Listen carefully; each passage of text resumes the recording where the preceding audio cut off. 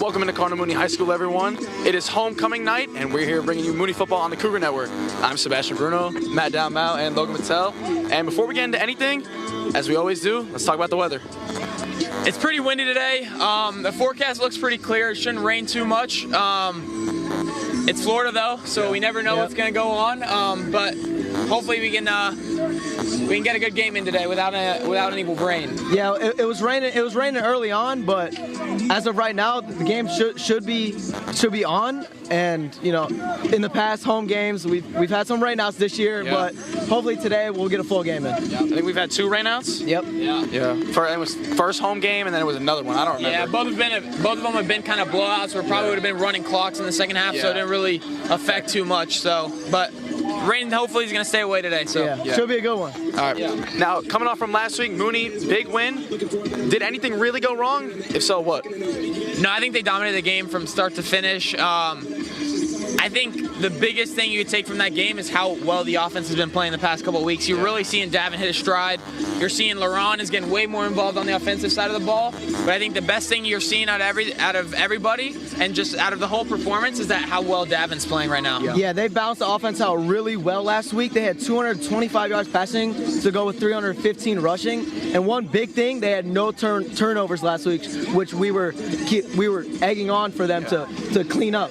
Yeah, and the defense, I believe that they had some special team struggles, which we've seen, but they're playing really well. They had 8 sacks, 18 pass deflections, 21 tackles for losses. Those are some pretty crazy numbers to put up against a team that was previously undefeated in CCC, and they just dominated that game. And then a few garbage time touchdowns that made it score, I guess, closer. Still a 21-point win. Yeah, the score definitely did not show what actually happened in the game. But one thing you said about the special teams unit, last week it didn't look that great. First kickoff of the game, that CCC almost took it to the house, and there was another one that was pretty close as well. No, yeah, for sure. And I mean, I think the most impressive part of what Mooney's doing this year and dominating teams is that they are getting up very big, and they're scoring like 1 or 2 more touchdowns in the second half. So if they really wanted to, they could be putting up 50, 60, 70 points on some of these teams. They kept the first team offense the entire game. And what you said about Davin, he's really hit his stride. How do you think he's done that so far this season?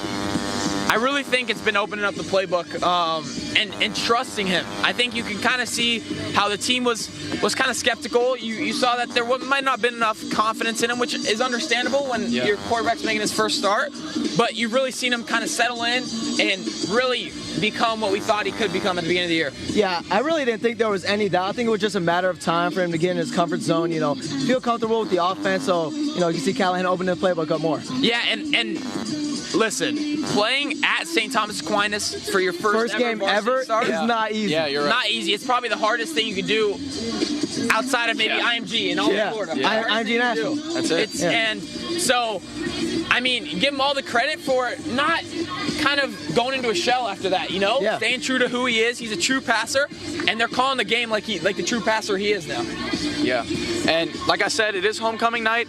What makes this game so special? I think the atmosphere is going to be so much better than previous games. The student section hasn't been that great, but hopefully I am expecting a lot of people to show up tonight. Yeah, that's kind of what homecoming is around here. The whole city kind of comes out. You have a lot more people coming out just to support, obviously, the homecoming court and stuff like that. But there's a lot more stuff going on during homecoming week. So, yeah, I mean, it just makes the environment so much better. Yeah, it means more to the players as well. Even though Lakewood's no easy opponent. They're undefeated, but I don't know if it's anything Mooney's scared of, but I just think it's better for the players. Yeah, for sure. And how important is it just to win this game, especially for the seniors? This is their last one. How important is it to win? I think you always want to win on a big day like senior night, homecoming. You always want to win, and I feel like give a lot of credit to Mooney for scheduling someone that is tougher than most of the time what people schedule on homecoming nights, where it's kind of like a scrub team that isn't going to compete. But I mean, they're undefeated. We'll see how the game ends up going, but give them credit for that. Yeah, I like what you said there. I remember a couple years ago we won our homecoming game like 77-2. Yeah. Or something like 77-7. Yeah, no one wants to be here for that game. I'll give credit to CCC though for scheduling us on their homecoming night. You're right. Yeah. I don't know, but Yeah, I know. just what they did. But you also saw Venice schedules past 2 years have had IMG National at their place on homecoming night. So I think a lot of it's kind of, I think it's way less, homecoming night's way less important than senior night to win. I think senior night's a bigger one just because you like to, send the seniors out on the right note on their last home game, so, or at least last regular season home game. Yeah. But yeah. Yeah, and like you said, Lakewood is undefeated. However, they're underdogs in this game. What can Mooney look out for? What's their biggest strengths? So on the defense side of the ball, they run a lot of man and they bring their backers down to blitz. I got the game plan earlier. The Mooney's finally going to take some shots deep, and they're really going to emphasize that. They play a lot of man. Like I just said, they blitz a lot. They're relying on their receivers, Kim, Bo, LaRon now.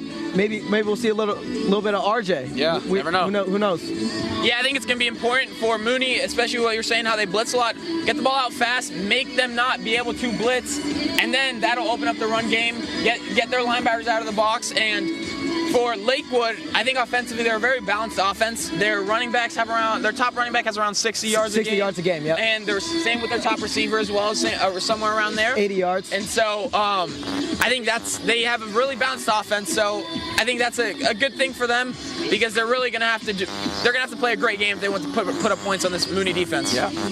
And if Lakewood does come away with their win away on homecoming night, what would this mean for the rest of their season?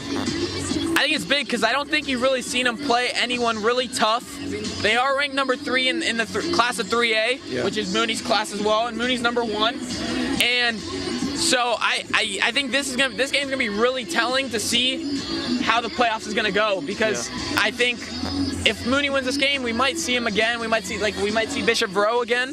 So it's gonna be a really big tell for the what's gonna go on in the playoffs. Yeah. If Lakewood wins tonight, 8-0, there's a really good chance we could see them in the playoffs. I mean, who have they really played? I don't know. Their closest game, they won by 21. So yeah, I mean, it's kind of similar to Mooney. Mooney's really only had the Cherry Creek game that's been close. Outside of that, and the St. Thomas Aquinas game, but that was a regular preseason. Yeah. But so I think it just gives them all the confidence, and who knows, they might end up hosting the entire playoffs until the state championship game, and that's not what Mooney wants. Mooney wants to have Mooney wants to have home field advantage throughout the whole thing. Yep. Yeah, like you said, District 3A, what are the potential playoff implications from this game? Like I said, it's just the home field advantage. Yeah. You always want to be able to play on your home field, not have to go somewhere away. So I'm pretty sure this determines the district championship, this game. I remember that being that for last year. Or was it 2023 or was it last 2023 year? maybe when we played John Carroll. So I mean, you don't want to lose. You don't want to lose on homecoming night. You don't want to lose ever. Yeah, exactly. You don't want to lose ever, but it's also tough in the playoffs going into someone else's house. You just always want to have home field advantage throughout. Mooney, they'll win this game. Yeah, I remember it was. I think it might have been when we won states. Yeah. We had home field advantage all the way through the playoffs, and that played a huge factor. We ended up. I think we won the district that year. I'm not sure. Yeah, and I mean, last year we had home field advantage the whole way through. We obviously faced a tough opponent. Coco, they're a great team. They're a really good team. Yeah. But I mean, like, who knows? Like, they played really well here. It would have been even harder if we had to go play there. So you always want to play here. Yeah. And you really want to, like, I think today is where you're going to see if 3A is a balanced division or it's kind of like a 2-team division where that team up in Jacksonville, Bulls, they're from Jacksonville. They have a really talented team, and that's kind of who I think Mooney's kind of looking at down the road. I might go as far as say it's one team lopsided. Yeah. I don't know. I'm not going to say it yet, but don't jinx anything. I'm going to say it, though. Yeah. All right. Now let's get into our X factors for tonight's game. Let's do Mooney. Let's do offense and defense. What do you want to start with? I'll go. Start with offense. So it's the offense for Mooney. For me, my X factor, I'm gonna go with Davin Davidson. I think he's improved every week. I think we're gonna see this a little bit of a tougher opponent than a couple weeks past. I think he's getting a little bit more involved in the rushing game. Scored a rushing touchdown 2 weeks ago at Verot, and he had no interceptions last week. Like I said, no turnovers. I think he's gonna be great. Yeah, you're really seeing out of Davin what settling in will do. Like he's playing out of his mind right now, and I think we kind of discussed after the Cherry Creek game how Devin brings a different type of leadership, different type of kind of mentality to the offense. But Davin's kind of made us eat our own words. Like he has been playing out of his mind recently. Yeah, definitely. I remember. Keep going. No, yeah, that's all. All right. Yeah, I remember week 1 we were all watching the game, or week 0. Yeah, week 0, St. Thomas. Yeah, he's really made us eat our own words. Yeah, really. I mean, he's played really well. It's like he was at a point where he was, he looked antsy in the pocket. He wasn't really comfortable in there. Yeah. But now it looks like he's controlling the game, which is it's awesome to see. Yeah. And for my offensive X factor, I got LaRon. Like we talked about. 2 touchdowns last week. 2 touchdowns. He's really stepped up because I don't believe chemistry played in the first half of that CCC game. No, yeah. I don't think so. No. And so he's really stepped up offensively, and I think he's the biggest factor in terms of the offense. Yeah. I'm going to go back a little bit for a second. Devin Minery, they lined him up at running back last week, and he got 9 carries for 67 yards. But he looked great out there. I mean, if we could see that tonight, maybe incorporate some trick plays. Who knows? That would be great to see. It just opens up the playbook like crazy. Yeah. It's just a little Easter egg that you can throw at him. Yeah. They don't really know what's going to happen. You can either pitch it to him, he throws the ball down the field, or he's running the ball. Another thing, they lined him up at punter last week and ran a fake, and they converted. Yeah. That's we saw that against Cherry Creek, and he did punt the ball because they ultimately knew it was coming. Yeah. I also heard that they had 12 men on the field and they were trying to call a timeout, and that didn't end up happening. So we thought we believed that they knew it was coming. It didn't work out, but last week he made it happen. So. All right. Now let's go into the defensive side of the ball. Matt, you start. I got Bryce Folda. We've really seen, I believe we did underestimate how much of an effect he has on this defense. Yeah. I mean, like we said, he's going to Western Kentucky to play football. It's a big loss when you lose him, and we saw that at Bishop Verot. He played really well. CCC played really well last week, and I think he's the biggest factor for the defense and just dominating. Yeah, for me, my X factor is KJ Brown. He's been all over the field this whole season. I think he's averaging around 8 tackles per game, and then to go along with a couple TFLs. He's just been everywhere around the field. I think he's going to continue to do that. Yeah, I think the biggest factor if Lakewood wants to win this game is they can't have Mooney's defensive line in the backfield, and that's why Bryce Folda is such a big factor, because Lakewood has a 3-star offensive tackle, UF commit. His name's Chancellor Campbell. We were kind of joking about it before the game. This team's got Hall of Fame names. Great name team. We'll get to that in a second. So we'll see that that effect that, if they can hold Mooney off, the game might get interesting, like we said, but never really happens. So we'll see. Know. All right, now let's get into our touchdown predictions for tonight. Oh, you got to do Lakewood. Lakewood X Factor? Lakewood X Factor. All right, Just get into offensively. it. Get offense. Let's go. For my X Factor, I'm going with Lakewood's leading wide receiver, Shrodrick Pritchett. He's got 5 touchdowns, 82 yards per game. Bit of a smaller guy. I don't know if that's, taking the top off. I don't know if that's screens. I don't know, but looking at the stat sheet, looks Great like player. Yeah, he looks like a good player. Yeah, I'm going to give you 2. Like I said, the offensive tackle, UF commit, Chancellor Campbell. He's going to play a big role. Look for him to step up if Lakewood wants a chance. We also have wide receiver, USF commit, Damari Roberts. We got Joey back there. He looks excited. Go Bulls. And they're playing a big game right now. Yeah. Bulls got a big game tonight against North Texas, so he's nervous over there. He's shaking. I'm nervous too. Just throwing it out a lot there. riding on it. Yeah. All right, now we can finally get into our touchdown predictions. Like I said, Logan, start it off. All right, for Mooney, I'm gonna go LaRon Foy. 2 touchdowns last week. I think they're gonna get him a little bit more involved this week, in offensively, and I think he'll get in the end zone. He's one of their spark plugs on offense. I think it's a layup. Yeah. What do you think? My touchdown prediction is Braylon Brown. I know we haven't mentioned the name a lot. Yeah. Good pick. He's a new running back. He's playing behind Cannell Jackson right now. We kind of talked about how beneficial it is to have a 2-back system with Cannell But now Braylon Brown stepped in that role very well. He's playing awesome. He had a touchdown last week, and so look for him to get back in the end zone and kind of really push that 2-back system. Yeah, as the game got away from CCC last week, you saw him in there. He was putting in work. He played well. Yeah, he's running with some attitude. Yeah. All right, final segment. Let's do it. Let's get into the score. Score prediction. Ooh. All right, give me Mooney to win 35-10. All right. just nothing to it. All right, I like that. I think that's a little low scoring. Lower than that? I think 35 is pretty low for Mooney. No, I'm That's a saying little low. I think your prediction is low. Yeah. I got 49-21. Ooh. I believe the score will be something like 35-7 at the half. And then I think we'll come out first drive, score a touchdown. They'll score a couple touchdowns, and I think in garbage time or with our backups in, we'll score another touchdown. And we scored 49 points the past 3 games. So Yeah. All right, for my score prediction, I'm going to go 14 points less than Matt. I went 42-14. I agree with your halftime score there. I think it'll be 35-7 by the time it should be a running clock.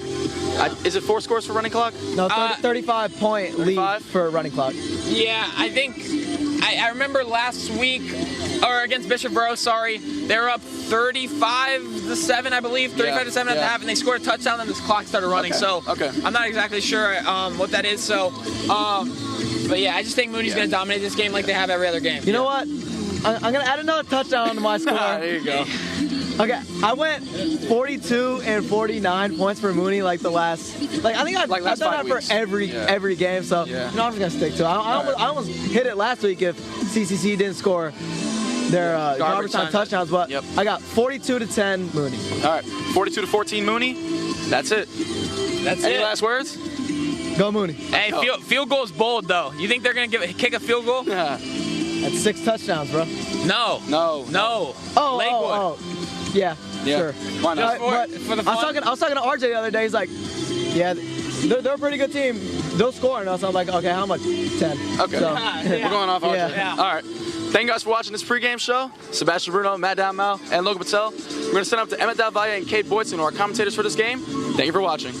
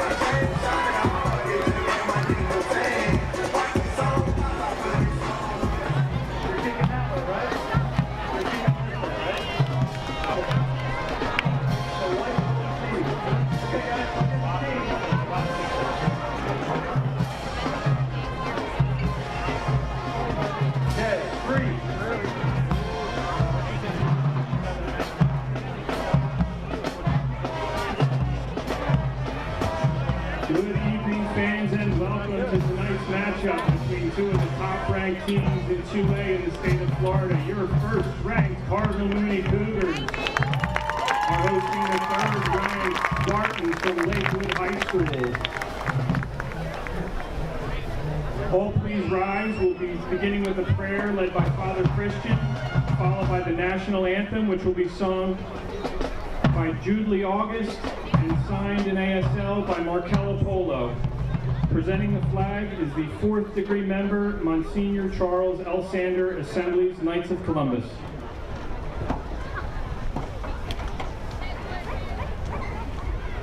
In the name of the Father, and of the Son, and of the Holy Spirit. Amen. Good and gracious God, thank you for this beautiful day and this beautiful night. Allow us to enjoy the sport of football, and may you bless everyone here in the name of the Father, and of the Son, and of the Holy Spirit. Amen.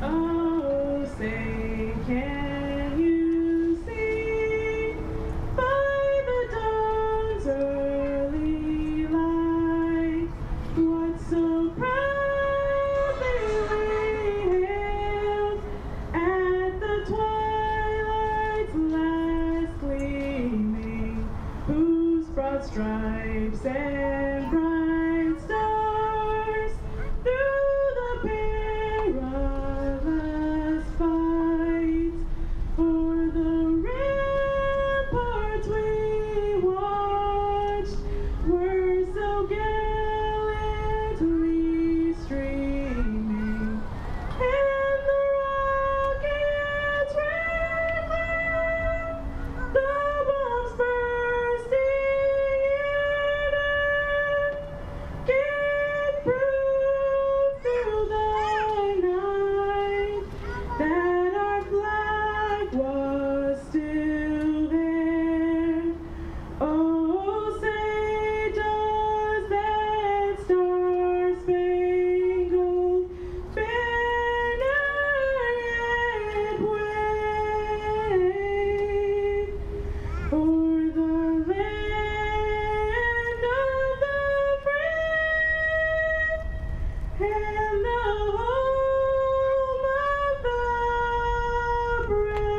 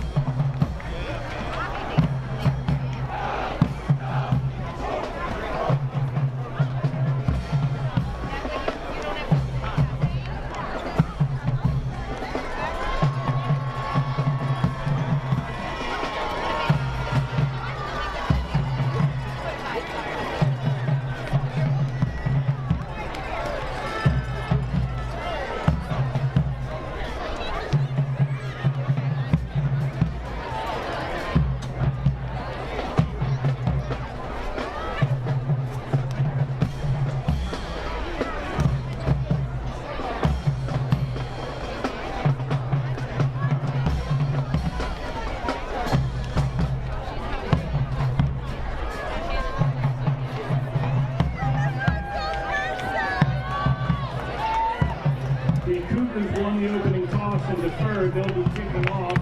Lakewood is receiving. Tonight's officials, your referee, Sean McHugh. Umpire, Adam Heidel. Headlinesman, Dave Hall. Line judge, Greg Besaw. Back judge, Paul Pignotti. Clock operators, Aldous Lastunas, Rachel Hall. We are facing a couple technical difficulties with one of our cameras, but we will get this game started for you guys as fast as we can.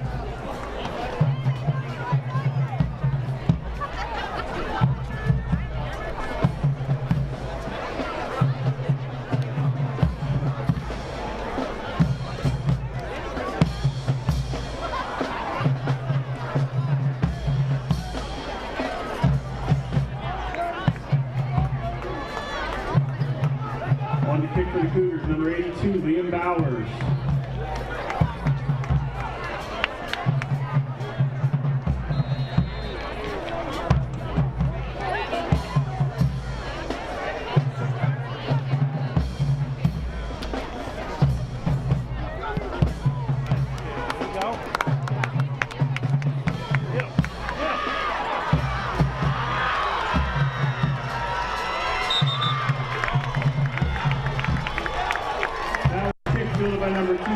Sanjay Green with a nice return. Sets up the Spartans with possession near midfield.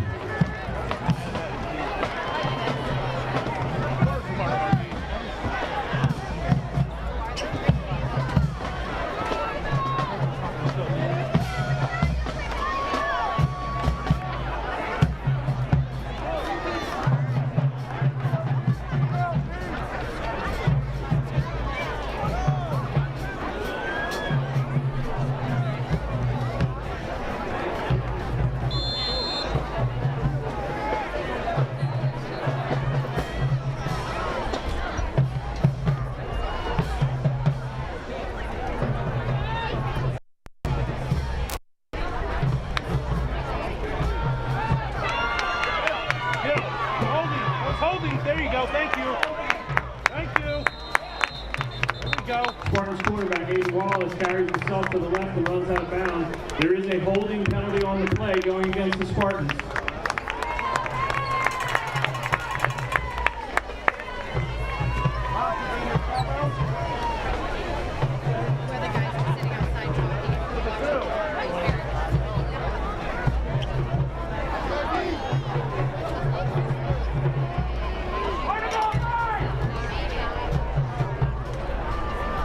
Holding on the offense. 10-yard penalty, previous spot. First down. That penalty moves the Spartans back to the 34, where they'll be having first down and 20 to go.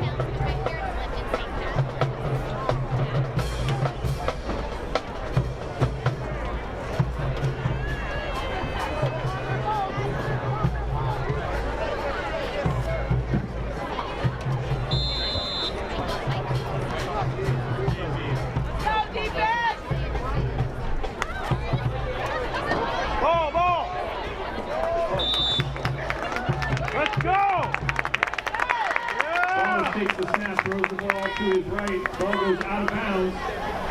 We've got 2nd and 20 coming up. Ball at the Lakewood 34-yard line.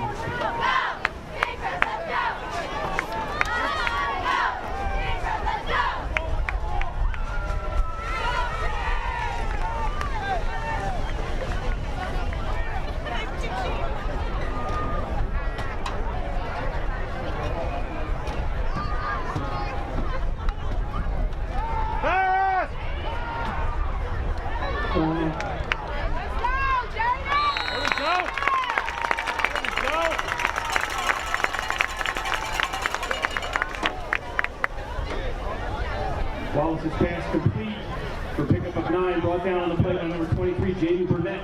3rd down and 11 upcoming.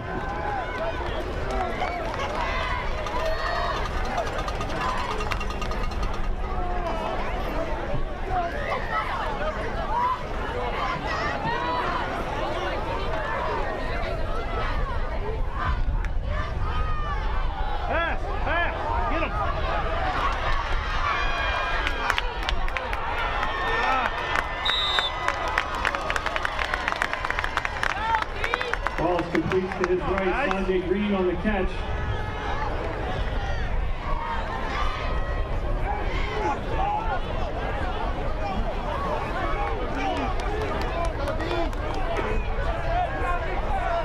Ball spotted at the Mooney 47, 4th and 1.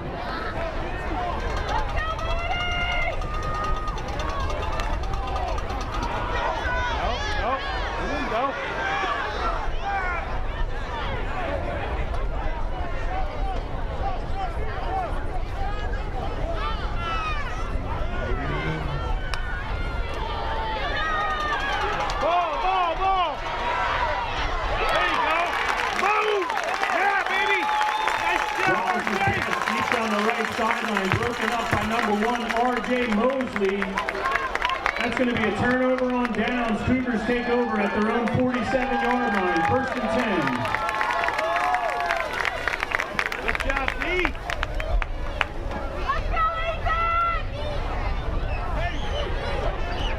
Hey, great job. Hey, oh, hey, Eli. Get off the field. No, man. They cannot block you. You are not down. Let's go. Get on the floor.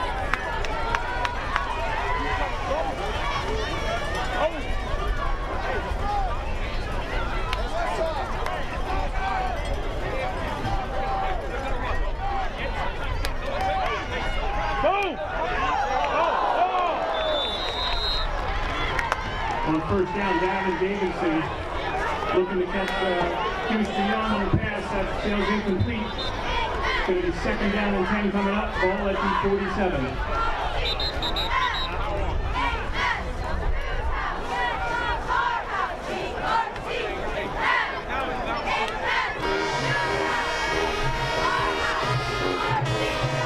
Illegal formation on the offense.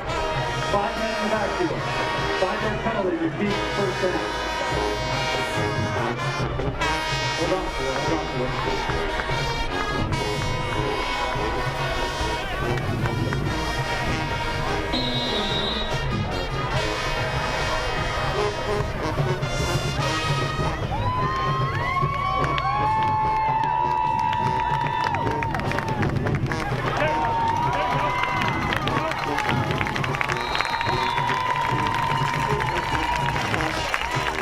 Davidson gives to number 34, Connell Jackson, at the 9-yard pickup. Ball inside Spartan territory, 49.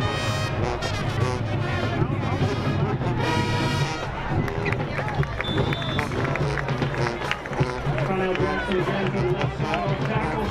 Pick up of 6 yards, ball down to the 43. That's going to move the sticks for a Cardinal Mooney. First down.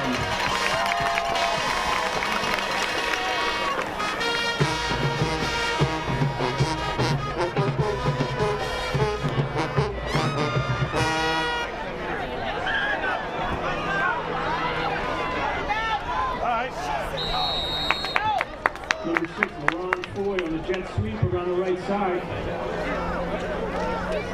That moves the ball to the 38-yard line, sets up a second down and 6 remaining.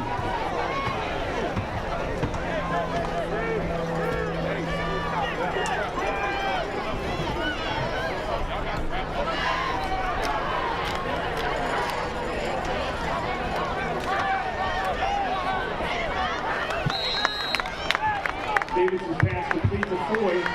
Short gain on the play. Ball down to the 41-yard line. 36-yard line. Third down 4 coming up.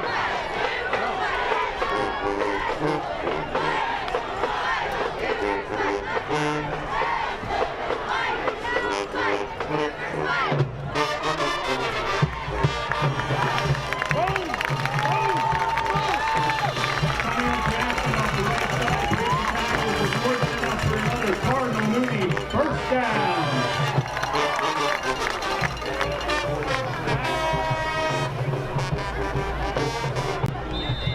Ball spotted first and 10 at the 24-yard line.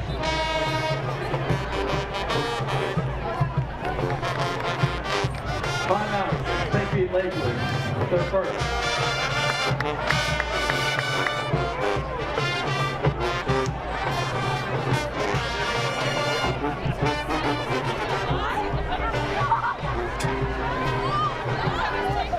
On this homecoming day, we'd like to welcome back all Cardinal Mooney alumni. Especially like to welcome back the class of 1965, 1970, 1975.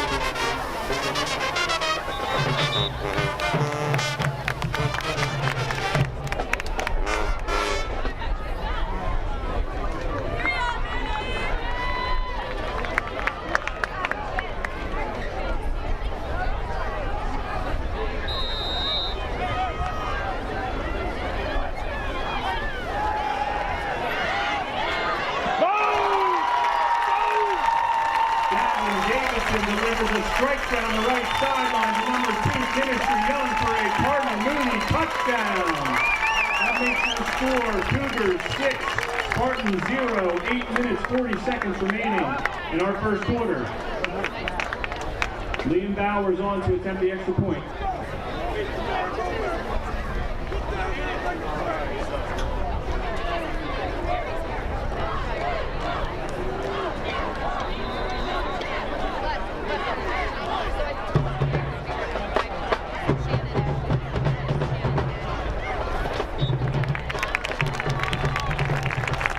Kick is up and good. That's going to extend the Cougar lead to 7-0.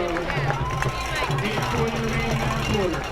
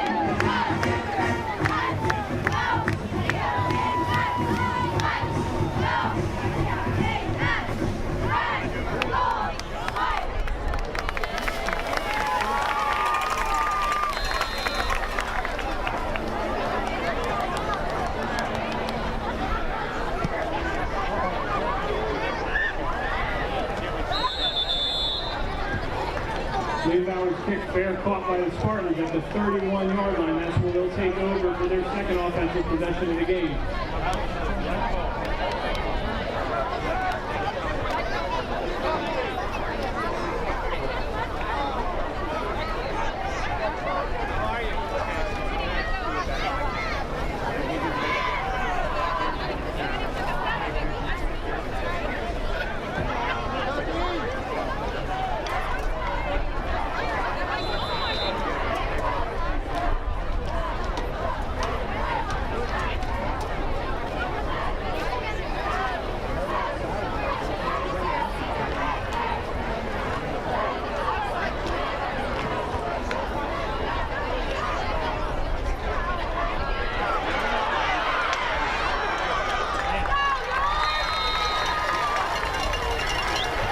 Wallace's pass complete to number 2, Sanjay Green. He's brought down after a nice gain by number 10, Vontrez Yarn of the Cougars. That's going to move the ball to the Cougar 45-yard line and the Spartan first down.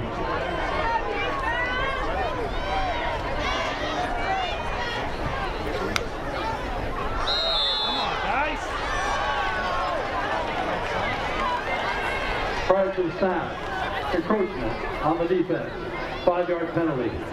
First down. The penalty will move the ball to the Cougar 40-yard line where the Spartans have a first down and 5 to go.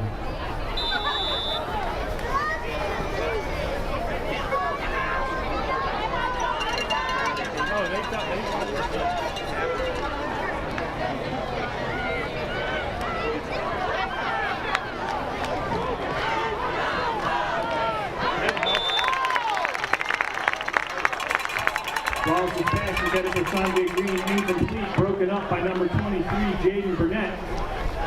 Ball remains at the 40, second down and 5 upcoming.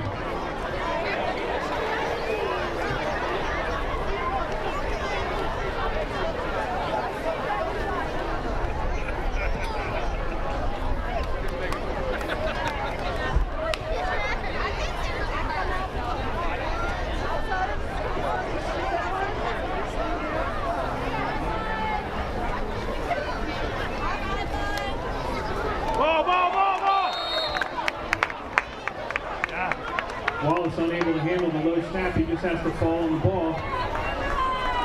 That's a loss of 6 yards. Brings up a third down and 11. Ball at the 46-yard line. 3rd and 10 from the 45.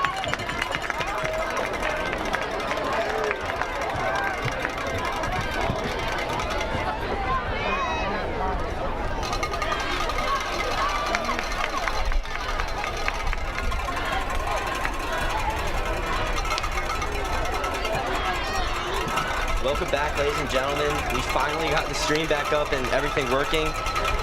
Sorry for the inconvenience, but we're back. And the game you're seeing right now is the Cardinal Mooney Cougars versus the Lakewood Spartans. This is Mooney's homecoming game. So a huge game for the Cougars here. 5-yard penalty. Still 3rd down. What we've seen so far is that the Cougars decided to defer. They made a stop, and then they went down and scored a touchdown at Davin Davison, a touchdown pass to Chemistry Young. And so, what have you seen so far, kid? I mean, we had a great offense and great defense there. I mean, Chemistry Young being able to high point that ball, getting head top from the other defender. I mean, that was just great offense, and our defense being able to hold them. That's great. Yeah, that's huge. Aiden Wallace out of the gun here, trips right. We're going to have a flag. Appears to be a false start on the Spartans. Dead ball. False start on the offense. 5-yard penalty. 3rd down. It's going to move back an extra 5. They have not been very disciplined so far this game. They haven't. I think 3 flags so far ready for the Spartans, so that could be an issue for them tonight. Cougars been dealing with their flag problems as well. Nothing so far tonight, so that's good to see for Mooney, limiting their flags. That's really the only thing that's held them back this season. Really the main cause of their only loss to Cherry Creek, so once they start limiting those, they're going to be unstoppable. Yeah, like I said, homecoming game, so a lot of people in the stands, great atmosphere here tonight. The Spartans are an undefeated team, so this is a big game for Mooney and the Spartans. Another whistle here. Prior to the snap, delay a game on the offense. 5-yard penalty. 3rd down. So we're gonna have another flag here, delay of game on the Spartans, move back another 5. The coach can't be happy about that. Back-to-back 5-yarders makes it a manageable 3 and 5 to a 3 and 15, where you really kind of have to pass here to gain it. So pretty unfortunate there for the Spartans. Yeah, really undisciplined there. Yeah, the front four for the Cardinal Mooney Cougars been unstoppable this season. Zachary Samuel, Elijah Golden, bunch of other guys up there. And they're gonna get to Wallace, Amani Armstrong. What a play. That was a great play by Travion Lester to be able to make the quarterback have to run backward so that way Amani Armstrong could shoot in there and take him down. Yeah, a huge play getting the Spartans off the field there. They started to drive down. Those, like I said, those 2 penalties killed them, forced the pass, and see what they did with it. It's gonna be a punt here for the Spartans. Ron Foy back to return. He's been incredible this season. All different aspects of the game, offense, defense, special teams. He had that punt return touchdown against Verot, that game we were calling a couple weeks ago. That was incredible. So you love to see him back returning those punts for Mooney. Pretty good punt here. Ron Foy's gonna pick it up, trying to make a man miss. Not much gonna go. It's gonna go out of bounds. About a 2-yard gain there. Looked like half their entire team was over there. He had everyone there. He was still able to stay up for a good bit. Yeah, it definitely took a Spartans bounce. Definitely took a Spartans bounce there. Down inside the 10, so punter does a good job of pinning him back. And we are going to have a water break. During our official timeout for a water break, we'd like to recognize our football food sponsors. Thank you very much. You know, I know you're talking about our D-line, but I also want to praise our O-line. It's completely new. Well, there was a little bit of change with Jacob Stewart got injured with Ethan Salata, but besides that, this is completely new. So you got to give praise to our O-line coach, Mr. Marino. Yeah, definitely. They've provided those huge gaps for Neil Jackson this season. Had an incredible season so far. We have 2 very special sponsors that we would like to thank for tonight's game. D1 Training Sarasota is proud to support Cardinal Mooney High School's leadership and staff as they continue to create an environment for Sarasota children to excel in both education and athletics. At D1 Training, we're at the forefront of speed, agility, strength, and conditioning training. Whether you are a youth, athlete, or an adult looking to reach certain goals, D1 Training Sarasota is a place for you. And the Ruggiero family is proud to support Cardinal Mooney Catholic High School and Cougar football as pillars in the Club 59 annual sponsorship program. We appreciate their commitment to our school community. Cougars back on offense here. They hooked up with Chemistry Young there, and also Chemistry again with that great play. They're hoping to get him the ball more this game, and so far they've definitely done that. Picked up the first down on that play there. Yeah, David Davison, his first season started for the Cougars. Been incredible. Those first couple games were sort of a struggle for him. He couldn't really hold on to the ball, handing it off. But he's had a great season. Taking over the starting job for Devin Minery. Snap. Encroachment on the defense. 5-yard penalty. First down. Encroachment on the defense for the Spartans. They're going to move the Cougars up another 5 yards. Going to make it a 1st and 5. A lot of penalties this game. Dabbing out of the gun. Fake handoff to Keneal. Going to get the Chemistry out of the backfield. Breaks a tackle. Working it up. Down around the 45. Picks up the first down. Nice little play there. I like the creativity there. Faking the handoff. Flipping it back to Chemistry. He's very fast, so if you can get him moving out of the backfield, build up that speed, it's pretty hard to take down. Yeah, he's a really big guy too.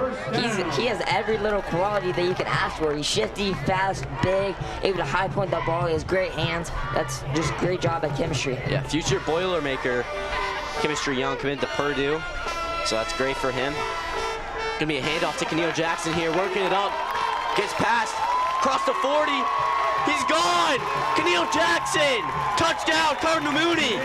That was a great play. Keneal Jackson being able to get past all those tackles, but also Bo O'Daniel with that block, where after Keneal, he did break that tackle, but also if Bo wasn't there to block for him, he would not have scored that, I don't think. Yeah, you see him walking the tightrope down the sideline. That was very impressive. I thought he was going to go out of bounds. I wasn't sure he was going to get through that, but you just see he has great vision, great footwork, and that's what created that touchdown right there. And those huge blocks by those other wide receivers, like you said. So A great play there for the Cougars. Obviously, that's their bread and butter. Keneal Jackson is working on his second incredible season here for Cardinal Mooney.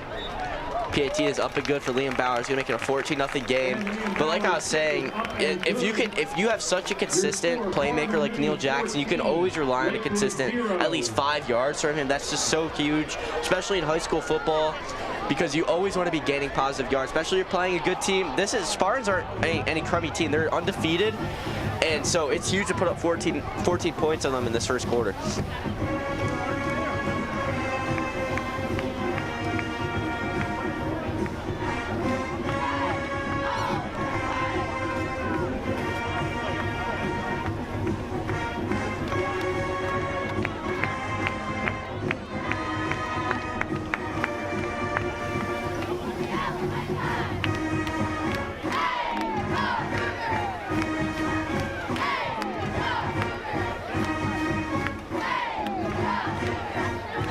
Liam Bowers to kick it off for the Cougars here.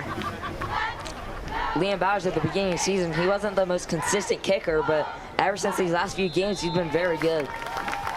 Yeah, he's really locked in for his PATs, which is huge because you don't want to be missing those. Obviously it takes away from your score, but it kind of just kills that momentum after you score a touchdown. So the fact that he's been able to really lock in and make those PATs has been huge for Cardinal Mooney.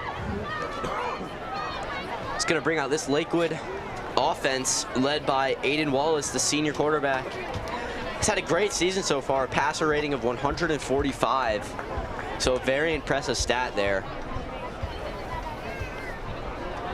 Been pretty consistent throughout his high school career. Doesn't throw too many interceptions. Keeps the ball safe when he's running. So not much more you can ask for out of a quarterback. We have trips right here for the Spartans. First and down from their own 27. 4:25 left in this first quarter. Cougars leading 14-0. Gonna pass up the middle and it's dropped by number 2, Sanjay Green. Hit him right in the chest there. Yeah, I mean, that was a great ball by Aiden Wallace. It's just he couldn't hold on to that one, but it was also a great play by our defense. I think that he probably got his hand in there. Like, I think that could have done that, 'cause that doesn't usually happen where he just drops the ball. Yeah, got to be pretty frustrating there for Wallace. Threw a nice pass right to his chest. Couldn't come up with it, but either way, got 2nd and 10 here. Trips right, looking to pass. Not much there. Good coverage. Yeah, covered by LaRon Foy. He was just a little bit overthrown. I mean, you can't really be too mad about that. Of course, you are going to be mad about that because it was overthrown, but you can't really be too mad.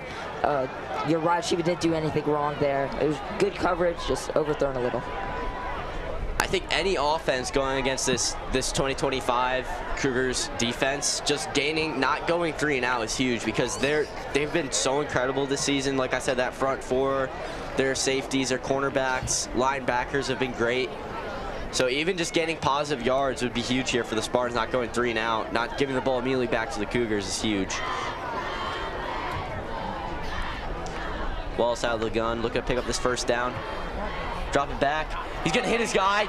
He comes up with it. Number 2, Sanjay Green, down the field. Are they gonna catch him? They do, but a huge play for the Spartans. Like I said, he dropped that first one, comes up with this one, makes a huge play out of it, takes his team inside the red zone. What a play there for Sanjay Green. If McCaden Brown was not there, that would have been definitely a touchdown. He was gone. He was gone if McCaden Brown wasn't there. So a huge play by McCaden, just even stopping that touchdown. Still gives the Cougars defense to make a red zone stop, but what a pass up the middle. Some great speed out of Green there. And McCaden Brown committed to Liberty. That's a big offer. Anyone going to D1, that's already huge. Yeah, Green only a sophomore. He got that incredible speed. Definitely going to be calling his name a couple more times tonight. Wallace looking to pass, goes to his right. He's going to hit his man once again. Green. Take it back. A nice gain still, and he's just thrown by the Cougars D-line, but no flag there. Looked like a little zig route there. Just hit him, and that was just a good play. That's just a solid play. You can't. It's really hard to cover that also. Going to bring down 2nd down and short. That's good for a Spartan first down. Their quarterback has like great accuracy this game so far. Yeah, been very accurate with his passes. Like I said, doesn't throw many interceptions, and that's what you really need that out of a quarterback. Just consistency, making accurate passes. And like you said, you don't have to throw the ball far in the air. All you got to do is hit your man up the middle with some great speed. He's gonna take it pretty far away. Gonna hand it off here. And he loses the ball, stripped away by the Cougars. They're taking it down. He's got a blocker across the 30. Are they gonna catch him? And they just catch him down at the 2. But what an incredible strip by the Cougars. They just take the ball away. And that play reminded me so much of the Buda Baker interception, DK Metcalf chase down. What an incredible effort by that tackler there. I don't know who it was, but that was an incredible play taking him down. But either way, the Cougars defense comes up with the takeaway, strips it straight out of his arms. Cougars gonna get a sideline warning, but what an incredible play there. We lost the ball. We couldn't see. It looked like he was in a huge pile, but what an incredible play. That was a fumble recovery by Van Trez Yarn. That really helps out the stat line too, though, especially with the yards after the recovery. That was almost at the 1 or 2 yard line. It's already down to the 2 yard line of the other way, it looks like. Yeah, so the Cougars pretty much the best field position you can ask for from the 2 yard line. Would not be surprised to hand it off to Keneal Jackson here. Dabbing out of the gun.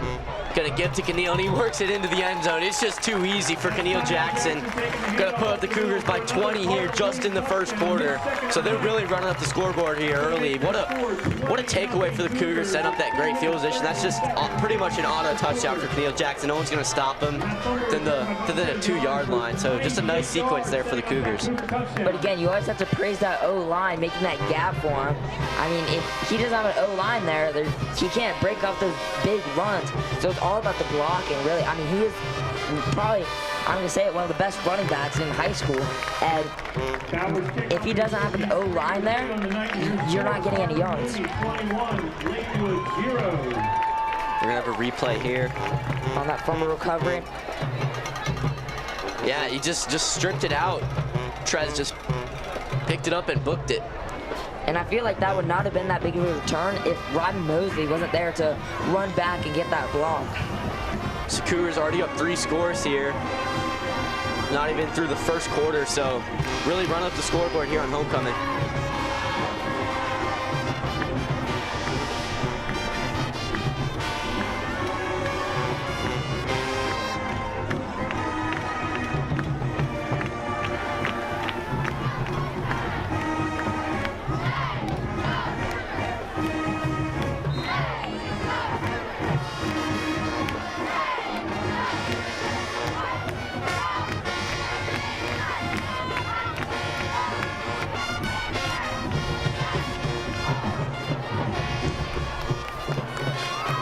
Yeah, and you know, the record can't show it all because the Spartans are undefeated. They have not played any, I would say, great teams so far. Obviously, they played some good teams. They've ran up the score for themselves, but you can just see that strength of schedule is a huge thing in football. You could play a bunch of cupcake teams, be undefeated, and then you could run in a team like the Cougars, who has lost to Cherry Creek, who's ranked nationally in the top 100, and they're already run up the score here. So you can just see on the outside, you can think a team is good by their record, but really you got to go see a game and see who they're playing and how they are playing. So yeah, and Cherry Creek is the #1 team in their state, and we barely even lost that game. So that just shows that we can be a #1 team on a different day.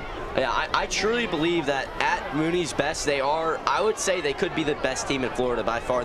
When their defense is hitting like they are right now, they're really unstoppable. Davin Davison been incredible so far. Only a junior too, he's got another year here, so it's only looking up for the Cougars.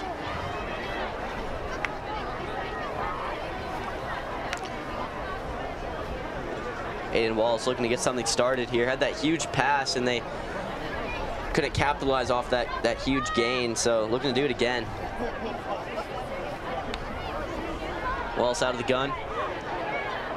She's got nowhere to go. Taken down. Number 9, Bryce Fulda.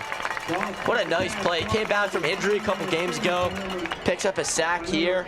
You just see that O-line is trying their best. It's just so hard to hold for longer than a couple seconds against this front four.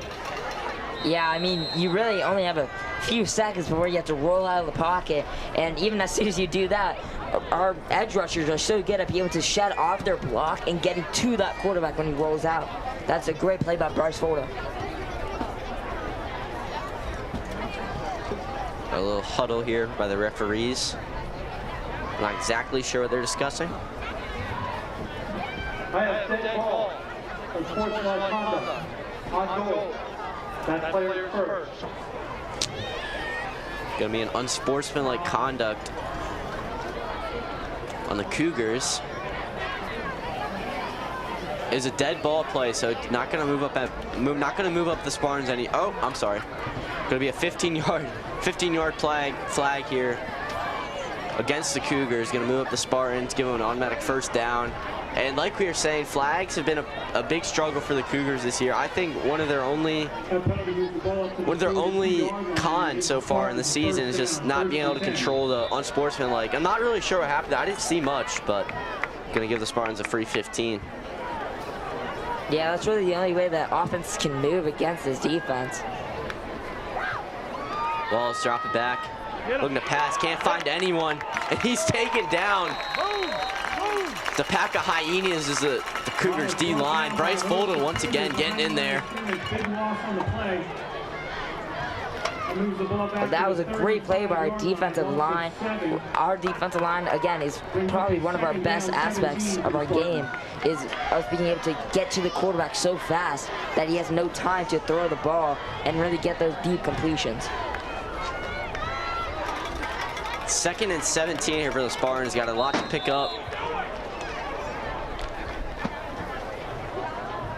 Dead ball, encroachment on the defense, 5-yard penalty, 2nd down. Another flag against the Cougars, moves up another 5. Jesse Rico is trying to get an early start there. Subbed him in for Elijah Golden temporarily, trying to get some work out of the junior. Aiden Wallace out of the gun, got trips right. 2nd and 12 here on their own 40. Under a minute left in this first quarter. Taking it up, he's got some space. What a run up the middle for the Spartans. That was Callan Davis. He has 8 touchdowns this year already. He has 61 yards a game, which that's pretty good for a running back. And if he can pull that off against our defense here, that can really be a great game changer. Yeah, more than a touchdown a game so far for the running back. Picks up a first down for the Spartans in Mooney territory now. 30 seconds left in this first quarter. Wallace is going to take a shot to the outside, way off. Wallace throws to his left, that pass I don't know what happened there. Maybe some miscommunication. Maybe a comeback route that was supposed to happen there. But I don't really know what happened there, though. Yeah, not exactly sure. He's obviously intended for his wide out, but threw about 5 yards in front of him.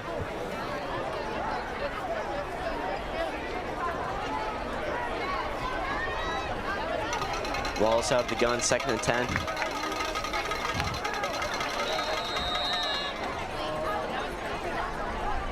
So we're gonna have a timeout here. Dead ball, encroachment on the defense, still 2nd down. Another flag on the Cougars, encroachment. Once again, I'm not seeing much movement. I'm a little bit confused on that flag, but gonna move up the Spartans another 5 here. Again, very undisciplined. I mean, this does not usually happen for the Cougars. Last year, I don't remember this many flags happening. Yeah, and the fact their defense can still be as dominant as they are with all these flags is pretty incredible. Wallace out of the gun. Gonna give to his back. Taking up a nice gain there. He's gonna pick up the first. Move the change again for the Spartans. Taking down to the 25. Their O-line has been very good this game so far, being able to make those gaps for their running back. The vehicle is a gray Lexus with a Florida license plate RGWE35. If you could please return to your vehicle and move it.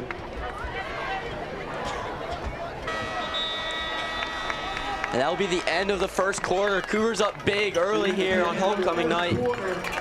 Cougars lead 21-0. Cardinal Mooney 21, Lakewood 0. I want to send out a special thank you to all our Club 59 annual sponsors, and a special thanks to our homecoming game sports broadcasting sponsors, D1 Training Sarasota and the Ruggiero family. Cardinal Mooney appreciates your commitment to our community.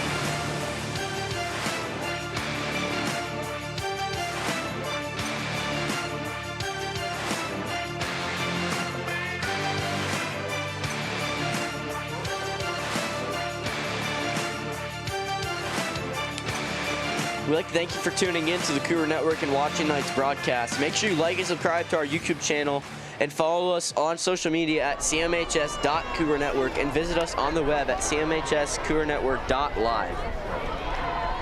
We're back here for the second quarter of play on homecoming night. Cougars lead 21-0 against the Lakewood Spartans. However, the Spartans were driving it down the field. Wallace drawn back to pass, hits his man, bobbled, he comes up with it.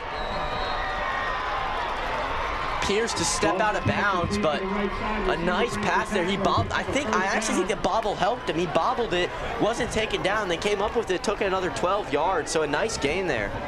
I'm feeling like when their quarterback, Aiden Wallace, when he did that behind throw that happened, I feel like that was the play that was supposed to happen, but there's miscommunication. But that was still a great play right there with the bobble, still being able to come up with it and then get the extra yards after catch. Yeah, sometimes that miscommunication helps you a little bit, and because it confuses the defense. It's not what they're used to, and that helped the Spartans there inside the 10-yard line now. Yeah, we're used to either catch it or drop it. We're not usually used to those bobble catches. Wallace looking to his left. A little bit overthrown there. Good for his man. He was pressured by Travion Lester coming off the edge, but he just overthrew it a little bit. Down and 10 to go. Ball is at the 11-yard line.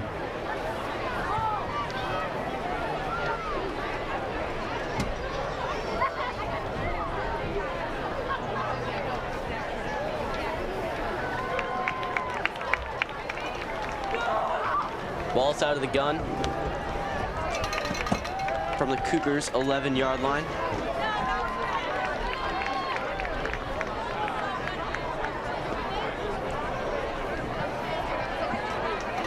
Dishing out some hot routes here.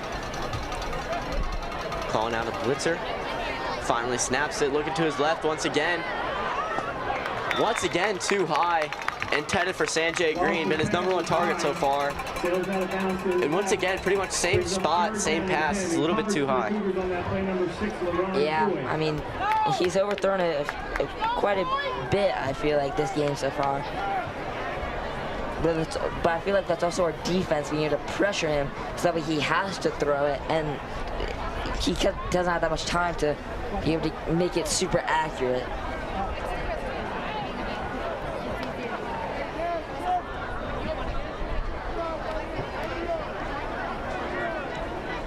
Gonna bring up 3rd down and 10, and the Spartans really got to score here if they want to stop Mooney's momentum. Already lead 21-0.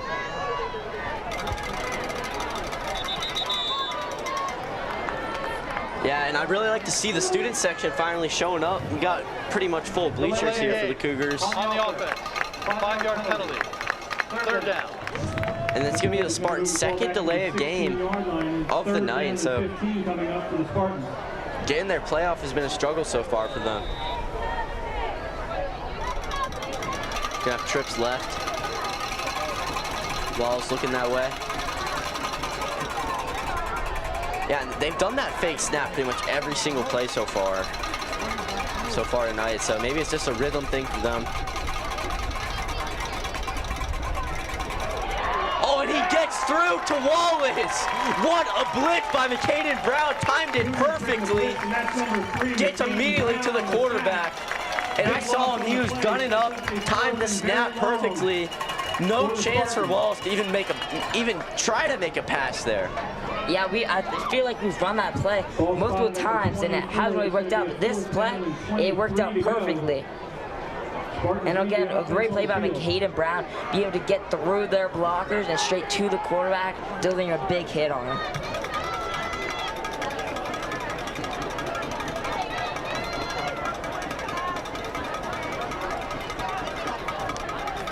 And it's 4th and 23 for the Spartans, and they're gonna go for this.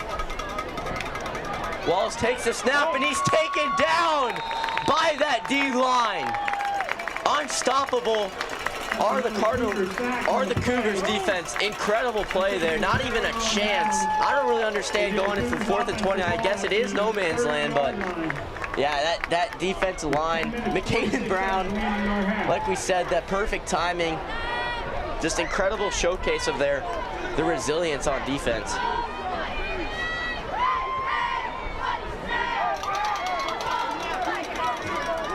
Now in the quarterback for the Cougars, number 14, Devin Minnery. Well, we're gonna see the first of Devin Minnery so far tonight. We've seen a little bit more of him every week. Obviously, he had that shoulder injury that prevented him from passing, but shoulder's finally all healed up. So the last couple games, been able to make some passes. The Stanford commit, gonna hit his man, pick up the first down. Bo Daniel, we always love it when they tackle the man, but they bring him forward with them to get us those extra yards and the first down. But it's also amazing to see Devin Minnery getting back on that field, getting some film in there. Yeah, Devin, an incredible running quarterback as well. When he scrambles, he's pretty much like a fullback, like we'll see here. Very hard to take down. Still moving it across the 45, and he's still going. And the O-line coming in to push him down to get around the 33-yard line. What a run. Devin is like a running back in a quarterback's body. I mean, I would not be surprised if he plays some fullback here, But I would also love to see if Davin and Devin were in the play at the same time. Ran a little trickery, double pass play. I feel like that would be an awesome play. Yeah, very hard to take down. Devin got that strong base, and you saw that O-line just come in and just push that pile down for another extra 10 yards. So all hands on deck here so far for the Cougars. So play action. Devin survives the sack, works his way out, and he's taken down in the backfield. A nice play there by the Spartans defense. That was number 20. I'm sorry, that was number 50, Jordan Mims. So a nice play there, taking Devin down. He dodged two of those defensive linemen, couldn't escape Mims, so he makes a nice play there, picks up the sack. I saw he dodged Mims, and then Mims gets back up and can't come back. That's a great play. Gonna give to Ganil, kicking it outside. Shoestring tackle, works it back up to the line of scrimmage. Give it to number 34, Canal Jackson. He picks up. Gonna bring up a third down here for Cardinal Mooney. I feel like we're one of the best teams at being able to break tackles. Devin broke two there. I think Chemistry broke a few, or sorry, not Chemistry, Fat broke a few tackles there too. We're really good at breaking those tackles. Yeah, the biggest thing for those is just keeping those legs churning, keep moving up the field. You'll get some pushes from behind, get some extra yards. Devin's gonna hit Chemistry here, working it up, breaks another tackle. Chemistry Young getting pushed by the offensive line once again. What a play. He had to escape three tacklers there, works his way through all of them. Works his way up to around the 10-yard line. A great play there Slow developing at the beginning, but was worth it in the end. Again, like I said, we're really good at breaking tackles. I feel like we're one of the best teams at doing that. And it was also great screenplay, great blocking by our wide receivers, and good job by our O-line moving up the field to push chemistry up for those extra 1 or 2 yards. Gonna have a little pitch to Mason Jordan in the backfield. Works his way back up to the line of scrimmage. I like that concept there. Just didn't really work out well. Gonna have a replay here. Yeah, replay. I mean, he jumped over some guy's hands, juked him out, and then he did get tackled at the end, but still, great play being able to move up, and he has great acceleration where he's able to keep his speed and keep going down the field.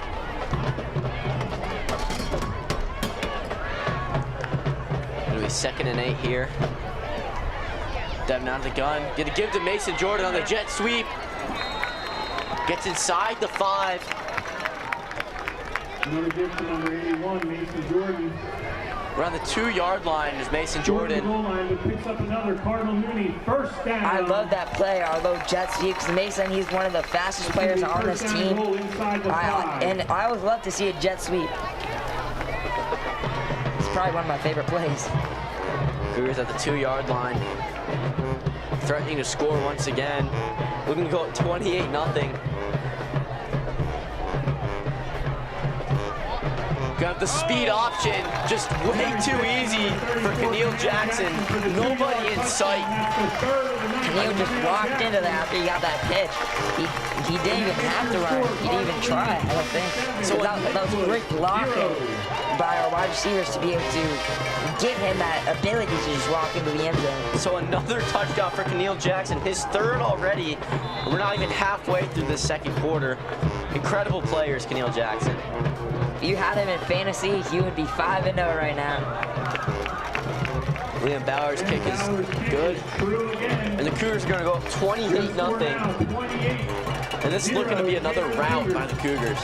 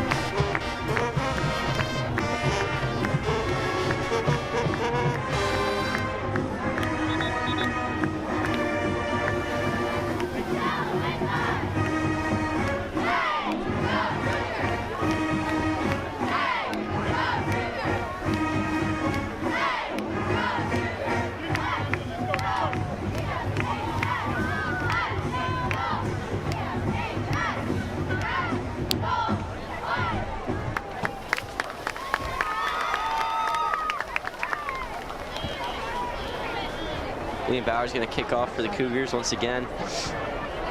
Four scores here on the Spartans. And we've seen many games like this by the Cougars so far. Just absolute routes, defensive showcases, and this has turned out to be another one of those games tonight. Breaks a couple tackles, taken down around the 27, so a nice little return there for the Spartans. That was a great job by our defense being able to take them down, but at the beginning of the game, they had that big kick return, or not return, sorry, but the big yardage off of it. And we really need to fix that up if we're gonna try and make a big run in the playoffs, I feel. Definitely. Yeah, we can't let teams start off at the 40 or the 50. Maybe you're not our 40 sometimes too. Yeah, really the only Achilles heel so far for the Cougars has been the flags, like we've mentioned. So if they could just limit them, it would be great. A little screen pass here. Gonna hit Sanjay Green. See that speed at work. Gonna pick up the first down for the Spartans.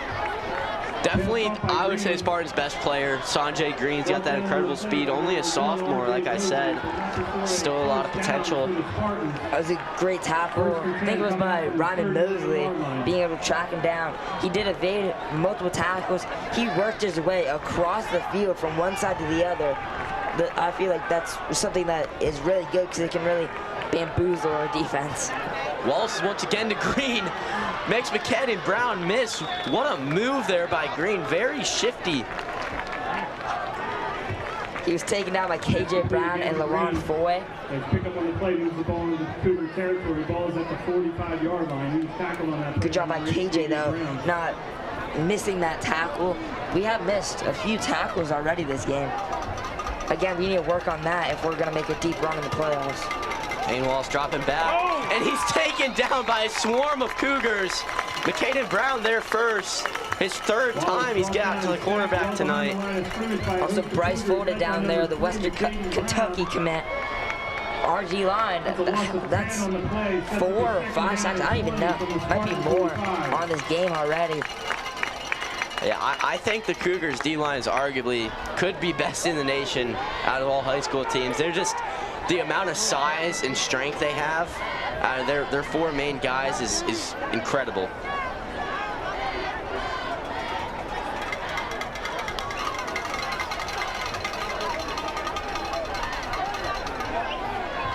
Payne Wallace out of the gun, 2nd and 20 from their own 45.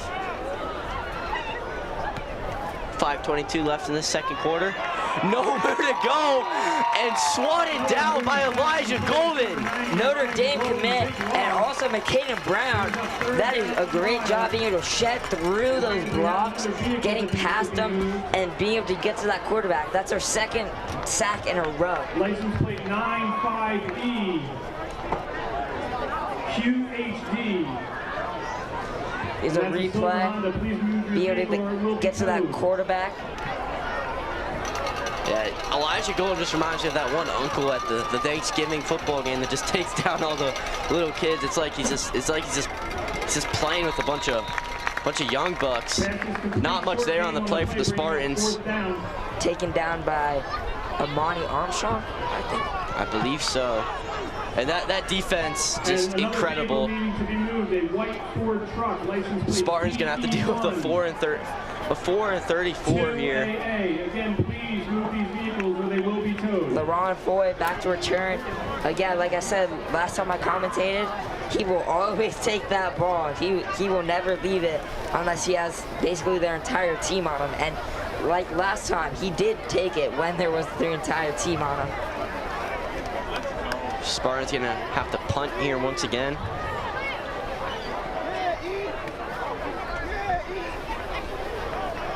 Pretty good punt. Takes another Spartans bounce. Gonna be picked up around the 23-yard line. I mean, you kind of had to let that one go. He was on the outside while the defender was still on the inside. Yeah, and the sad truth is that has been one of the Spartans' only bright spots tonight is their punter. Has had 2 good punts. Ken Mooney inside the 10 that one time and blasted that one, took a Mooney hop. So not much so far for the Spartans at all Cougars so far tonight. Thank you all for your support of Mooney football.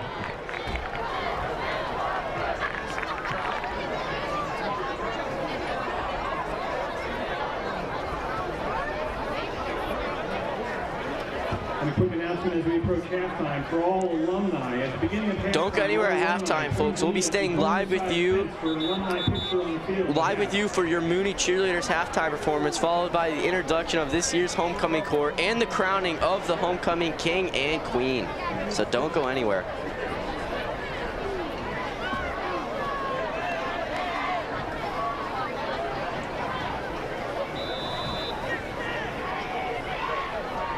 David Davison out here once again after Devin Minery got his drive. And they're gonna hand it off to Devin. I did not even know she was out here. Past the 40. And he keeps going, he's still up. Takes it down to the Spartans 20-yard line. And they finally answer the call to our request of having Devin in the backfield. And you just see how it works out.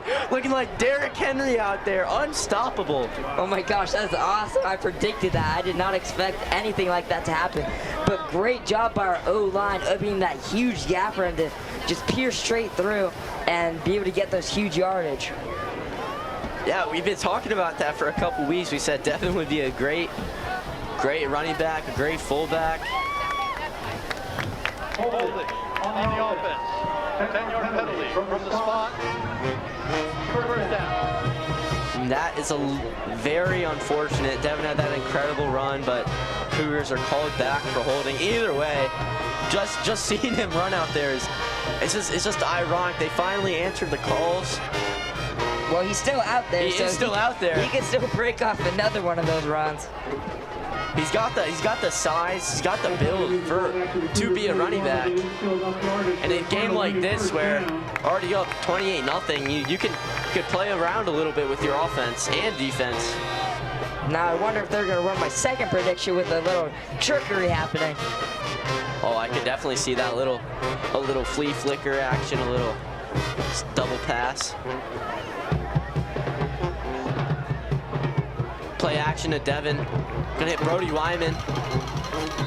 Picks up about 8. Davenport takes the handoff, passes to number 80. That's Brody Wyman to the left. That was a good job, the play action. I feel it. Faked him out a little bit.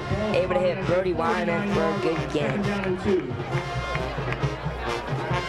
Davin Davison out of the gun.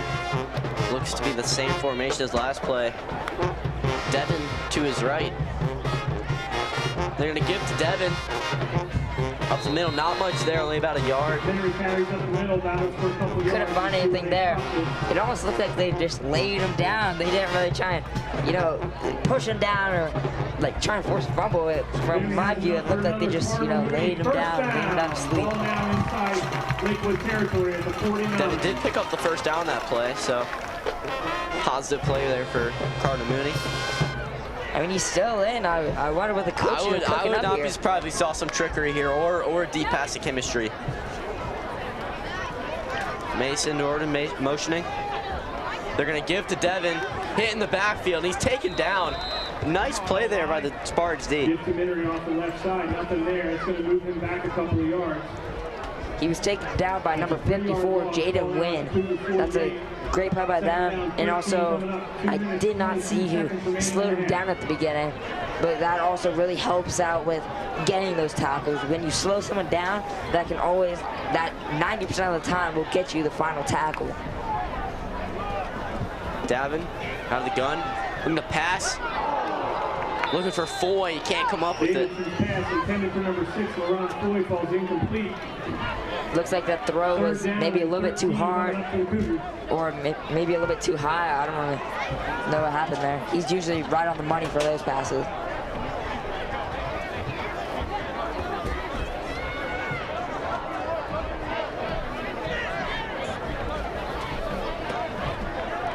Gonna be a 3rd and 13 here for the Cougars. Trips right. Motion Mason over. Looking to pass is Davin. Wants to go deep, nothing there. Scrambles out to his right. Trying to make a play. And he's gonna throw an interception. Intercepted by number 19, Jamari Donaldson. And Davin was just trying to make a play. I don't know if he saw that defender, but throws it right to his chest. So it's going to be a takeaway for the Spartans. I mean, that was just right to him.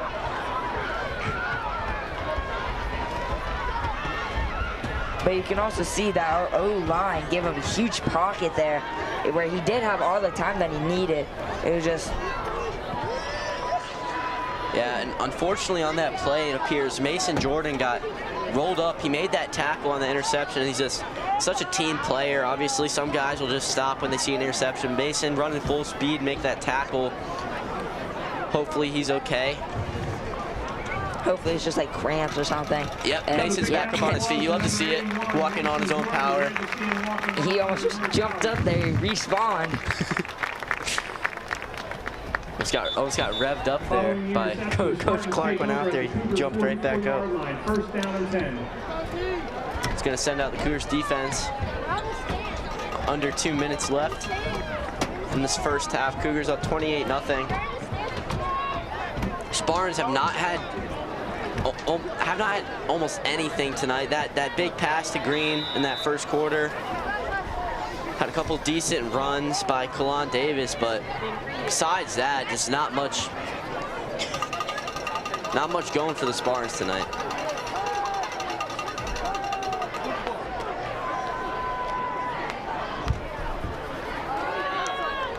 Wallace looking to pass. Nice play there. Jaden Burnett on coverage, taking his man down immediately. Looks like he maybe got 1 yard on that play. That's a great play by our defense. We have really good coverage this year. Van Trez-Yarn, another one. He has 5 interceptions this season. Wallace out of the backfield, stepping up, taken down by the Cougars D-line once again. Number 11, Travion Lester. That's a great play. That's like a 6, maybe 7 sacks so far.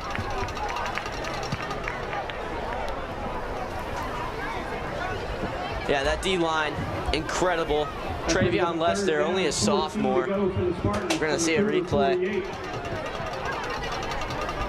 You can see Travion Lester just shooting straight through that gap.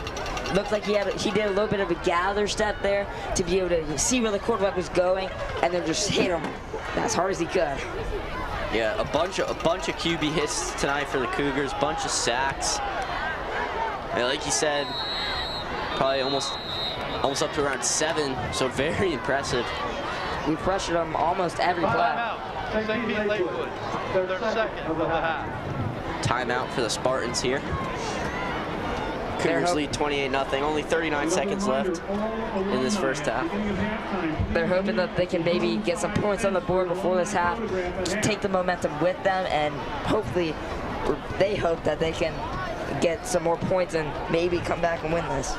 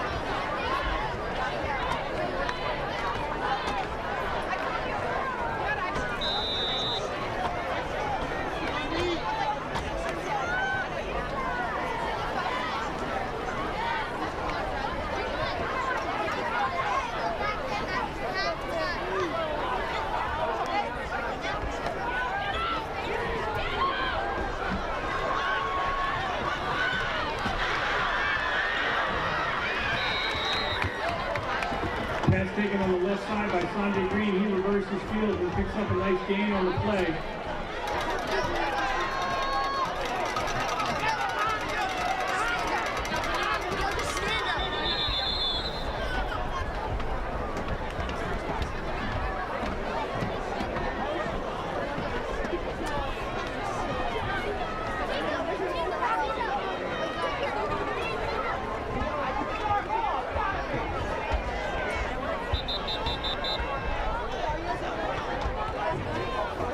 Wait, timeout. On the home team. They're first.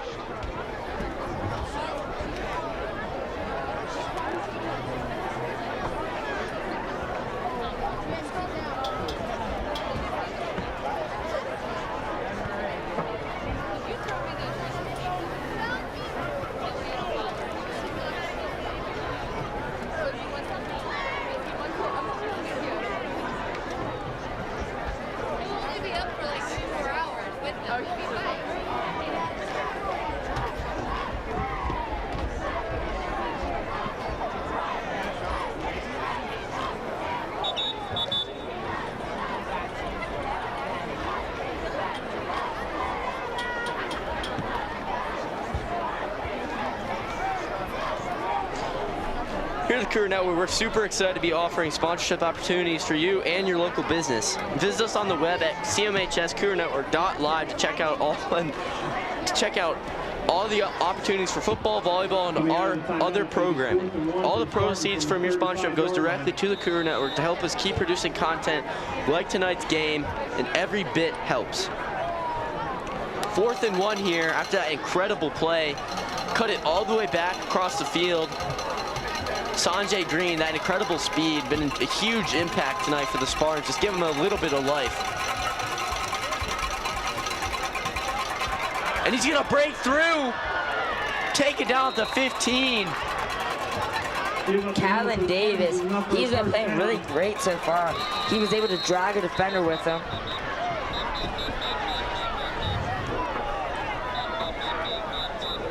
I'm guessing that the Spartans used their last timeout to get one more shot at the end zone here before the first half ends.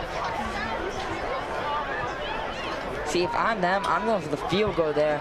Just try and get some points on the board. So I don't know if they'll be able to get the play to score on us because we have a great defense, you know.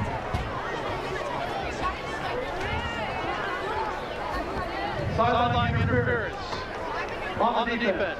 5-yard penalty from the end of the run. We have 13 seconds on the game clock, and we'll start on my whistle. So a sideline interference flag on the Cougars is going to move up the Spartans 5 yards. The 10-yard line looking to score here. 13 seconds left in this first half. Sorry, in this first half. Wallace out of the gun. And he hits his man. Is he in? Yes, he is. A touchdown for the Spartans. What a huge play. They really, really needed that big. That was a good job using his body to catch that. I think if he only used his hands, he probably could have dropped that because we have great coverage usually. But, I mean, you can't really do anything about that. That was a great pass, great catch. That was just a great play overall. So the Spartans finally get some points up with just 2.5 seconds left in this first half. Better late than never, though, right? Yep.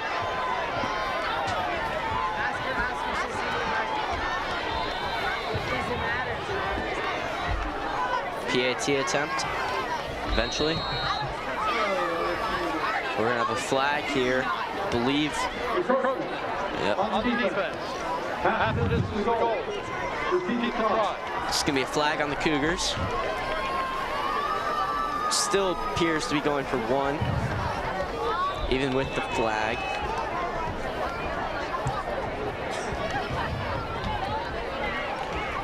Cole Sosa Jones on the PAT. And it's blocked! What a play! Number 23, Jaden Burnett with the block. I always thought that we would be able to bring that back. Yeah, I guess not. Maybe it's different rules for high school. Yeah. Maybe. Here's a replay on that block. Yeah, just McCaden Brown and Braylon Brown. Sorry, no, Jaden Burnett. Being able to get to that and get the block. Yeah, so 2.5 seconds left in this first half. Would most likely have to be a kickoff return touchdown, or if they kick it out of the back of the end zone. The Cougars want another opportunity to score here. What do you think so far of the Cougars offense so far tonight? I feel like we played really well so far. I don't think our offense has had that many penalties so far. It's really our defense that's done that. But our offense has been really moving down the field. I mean, we've done that in all of our games, but... Yeah, only true setback was that interception. That interception that Dev Davison threw. But not much going wrong so far for the Cougars. And we have a very odd formation lineup here. It looks like they're doing some sort of dance choreography. Not really sure what's going on there. Yeah, did a little military. Looks like something that the Chiefs would do, something like that. Yeah, I know. A little pooch kick here. It's bouncing. Hits off the shins. Number 85, Ryan Weiner, and that is going to be the first half of this homecoming football game for the Cardinal Mooney Cougars. They lead Lakewood 28-6, and don't go anywhere, folks. We got your 2025 homecoming court coming up, and we will crown your 2025 homecoming king and queen. We'll be back with you guys for the second half very soon.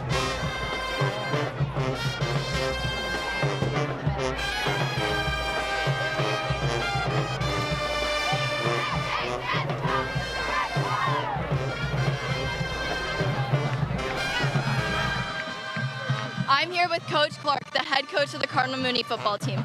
Coach, you had an early lead in the first quarter. What was your mindset the rest of the half? Yeah, we're just going to keep rolling, right? We knew we wanted to jump on these guys. These guys are extremely talented. All right, so they're going to make some plays. Take my hat off to our defense. They never panicked. They got down in our red zone a couple times and we took the ball away, one almost to the house. The offense has been clicking. I love everything except for how the half ended. What do you need to continue from the first half into the second? Yeah, just no stupid penalties, right? Offside, stuff like that. We got to stay back on the sidelines, all right? And then just continue to do what we're doing. Thank you, Coach. Thank you very much.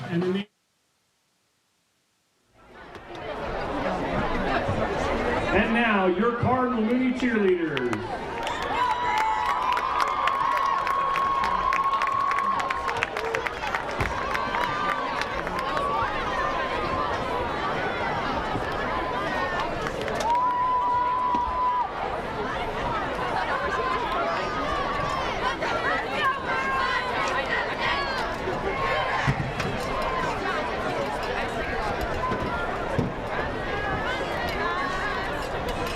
Strike a pose, fierce and bold, Mooney rocks in red and gold.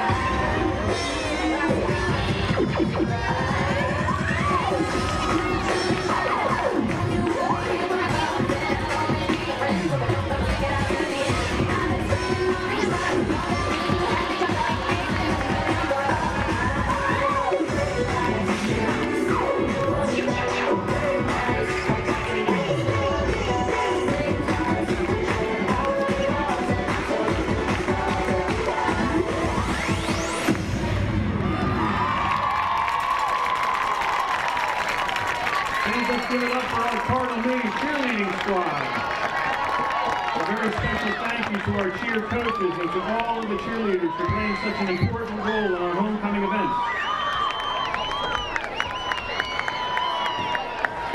Our festivities will continue with the introduction of our 2025 homecoming royalty.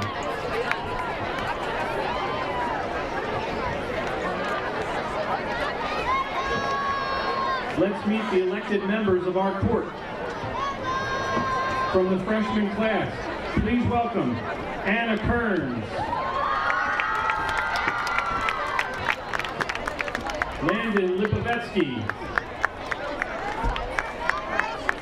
sophomore class representatives, please welcome Abigail Cobb, Jennifer Zambori, Thomas Burry, and Maxwell Horn. Representing the junior class, please welcome Salome Geraldo Rodriguez, Maddie Lessig,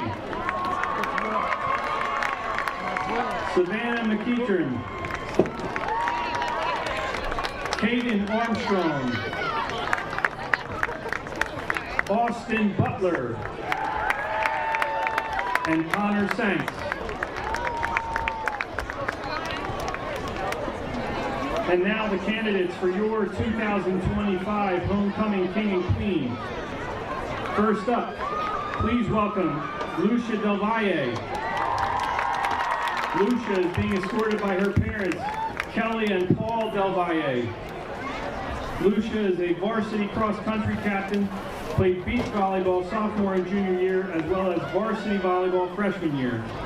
She has been a member of National Honor Society, Nu Alpha Theta Secretary, Special Olympics Club Vice President, Miracle League Club, Set Apart Bible Study, Band of Buddies, St. Vincent de Paul.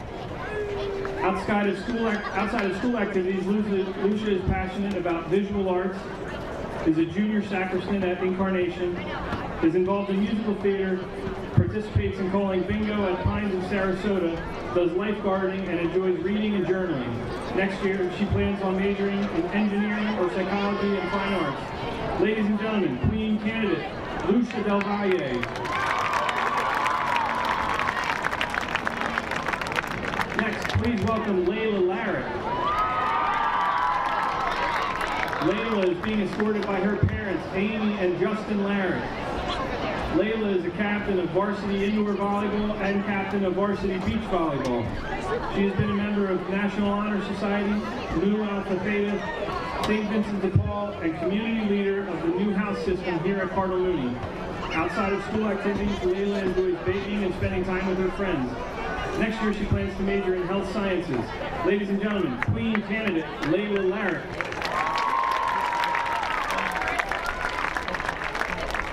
Our next Queen candidate is Esme Doan. Esme is being escorted by her family members, Bao and Hang Tai. She is a member of our girls varsity tennis team as well as our class of 2026 class president and has been a member of National Honor Society and Nu Alpha Theta. She has also served as a Make-A-Wish ambassador. Outside of school activities, Esme enjoys helping others, making them feel included, and painting. Next year, she plans to study biology or chemistry on a pre-dental track with dreams to be a cosmetic dentist. Ladies and gentlemen, Queen candidate Esme Doan.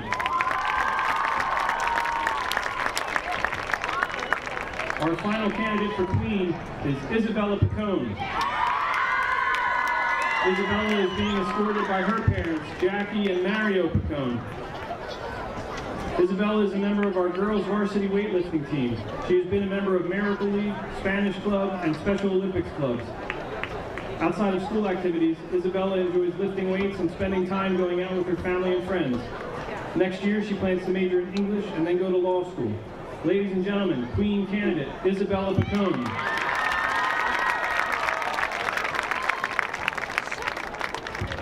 Now our candidates for Homecoming King. Please welcome Jake Armstrong. Jake is joined by his parents, Matt Armstrong and Melissa Dobbs. Jake is a member of our varsity baseball team. Outside of school activities, Jake enjoys playing baseball, working out, day trading, and cooking. Next year, he plans to major in economics and would like to play professional baseball. King candidate, Jake Armstrong.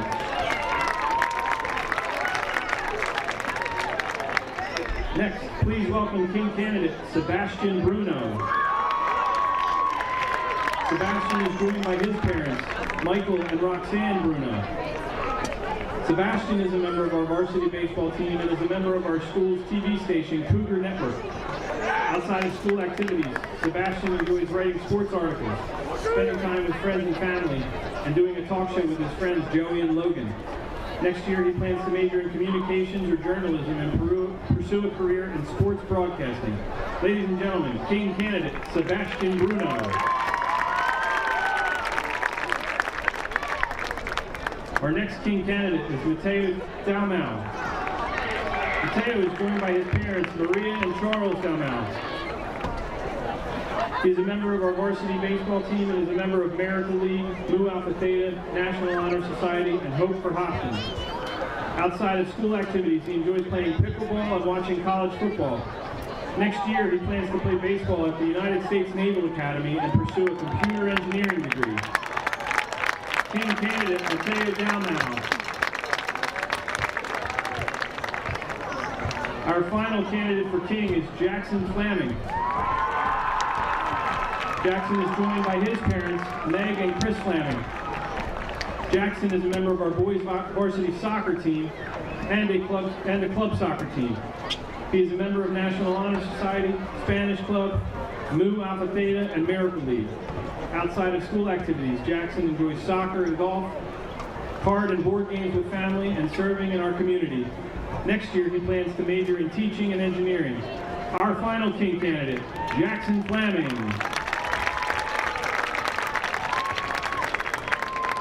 Please welcome back Mooney to our homecoming queen with the graduating class of 1975, Debbie Simmons, to crown the new king and queen.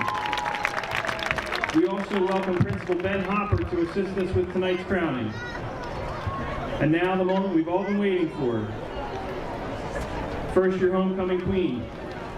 Congratulations to Layla Larrick.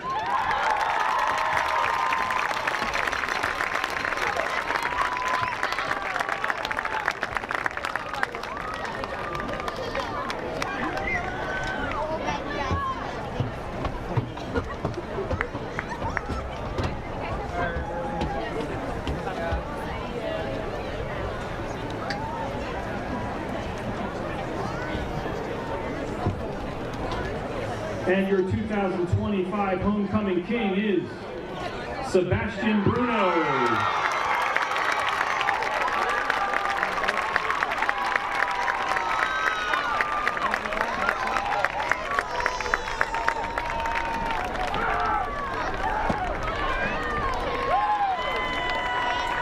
Congratulations again to our homecoming queen, Layla Larrick, and king, Sebastian Bruno.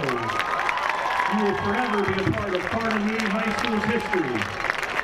And speaking of making Mooney history, tonight we also honor our equally fierce and lovable Cougar by giving him a proper name. Mooney faculty, staff, and students have chosen a name he will be proud to go by. Cougar, are you ready for your name? Cougar's excited. From this day on, you will be known by your Cardinal Mooney High School family as Claude the Cougar. Congratulations, Claude. May you always bring us together in spirit and in joy. The Assistant Principal for Student Life, Miss Cassidy, and the class officers would like to thank everyone who came out and participated in Spirit Week and made Homecoming 2025 one to remember. At this time, alumni, please head to the Cougar Cabana to take a photo.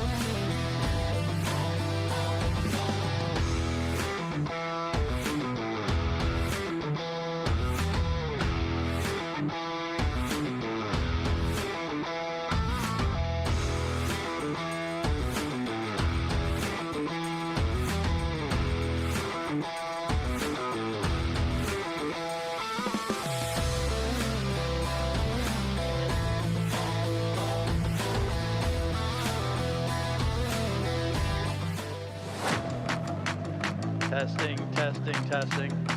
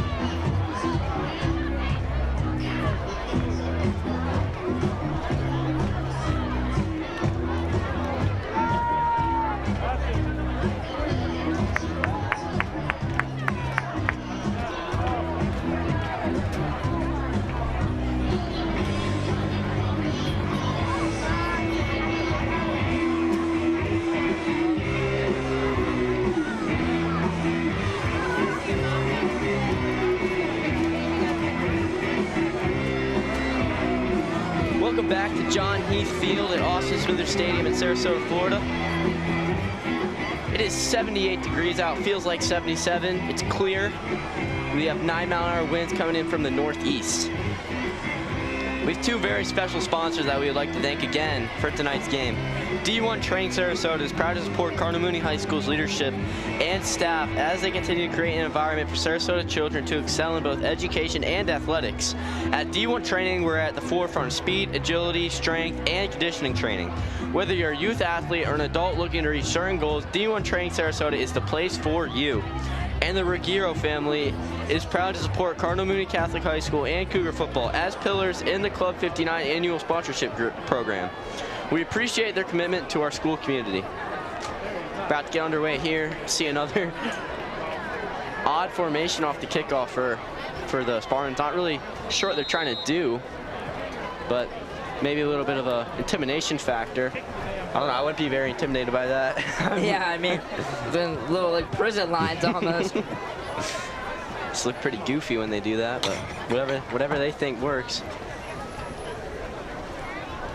Moving it a little. Cougars lead 28-6, starting up this second half.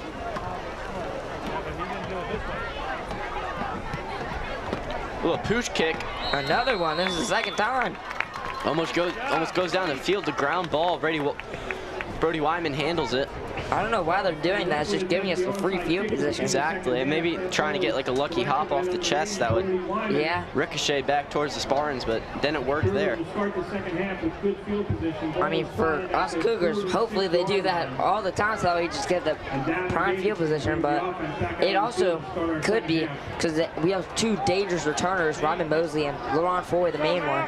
They could just, I mean, I don't know if this is happening, but they could just be trying to eliminate the threat of them. Yeah, and the Spartans not out of this game by any means. I mean, they get one pick six, fumble recovery, 3 and out here, go down and score. It's only a 14-point game. Davin tossed to Keneal, working with some space, got some blocks, crossed the 40, taken down out of bounds around the 35-yard line. It's a great run for Keneal. Once again, very consistent. He's got that great speed, just works it up the sideline. Again, the great blocking downfield by our wide receivers, and also our O-line being able to, you can't really say enough, our O-line has been great, being able to change the mindset between blocking for Davin and Devin. Davin fake handoff to Keneal, gives to Bo Daniel, not much there, taken down in the backfield. Nice play there by the Spartans defense, just limiting the gain yards there by Bo Daniel. Yeah, I mean, their defense also has been very good at the gang tackles. Lakewood brings up a 2nd down and 12 to go for the Cougars. Gonna bring up 2nd and 12 here for the Cougars. Davin Davison, that one interception, but been very efficient tonight with his passing.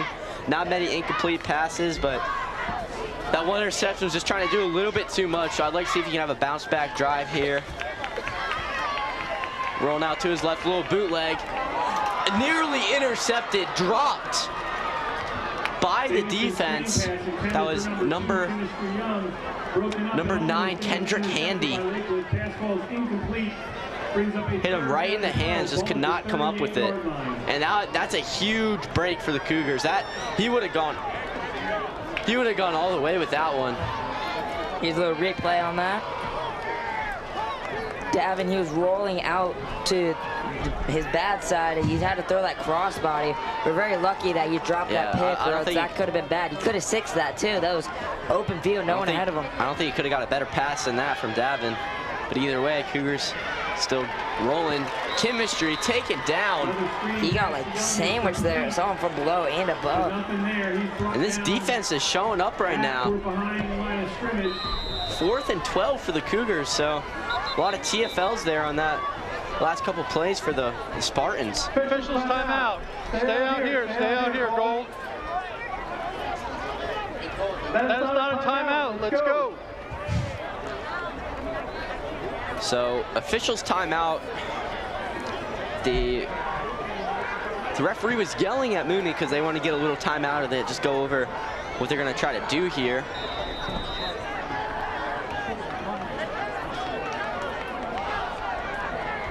Okay, it looks like we have Devin. He's going to punt it. It's going to be a touchback. Little creativity there for the Cougars, maybe trying to confuse them, pin them back deep, but Devin kicks it out of the back of the end zone for a touchback. Yeah, that's actually Devin's second punt of the game. So, or not of the game, sorry, of his season so far. And I mean, maybe they were trying to do some trickery there, and then it just didn't work out, so he just decided to punt it.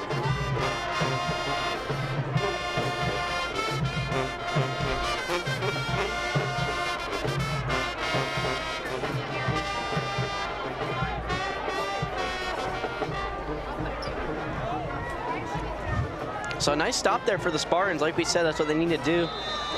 Got to get a stop, get the ball back, and that's what they did. Wallace. Give to his back, working it up. Kalon Davis picks up the first down. Kalon Davis has almost been automatic so far this game. He's been playing very well. Their O-line blocking very well, receivers blocking very well. They've played really well this game so far to this Mooney defense, which is completely elite. Hands it off to Davis once again up the middle. A couple yards there. Fans, another vehicle needs to be moved. Gonna break up a 2nd and about 7, I believe, Move your vehicle, it will be towed. for the Spartans.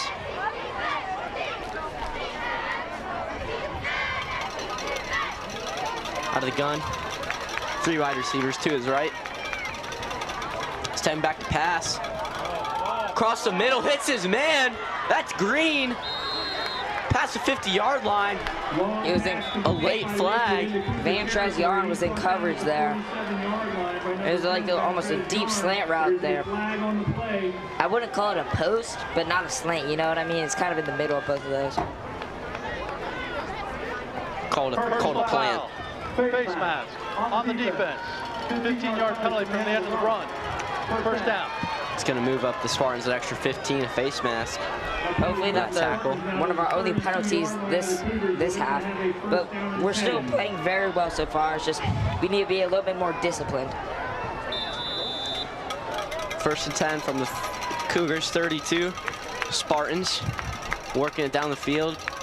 Helped out, being helped by those penalties, obviously, by the Cougars. That face mask moving up an extra 15.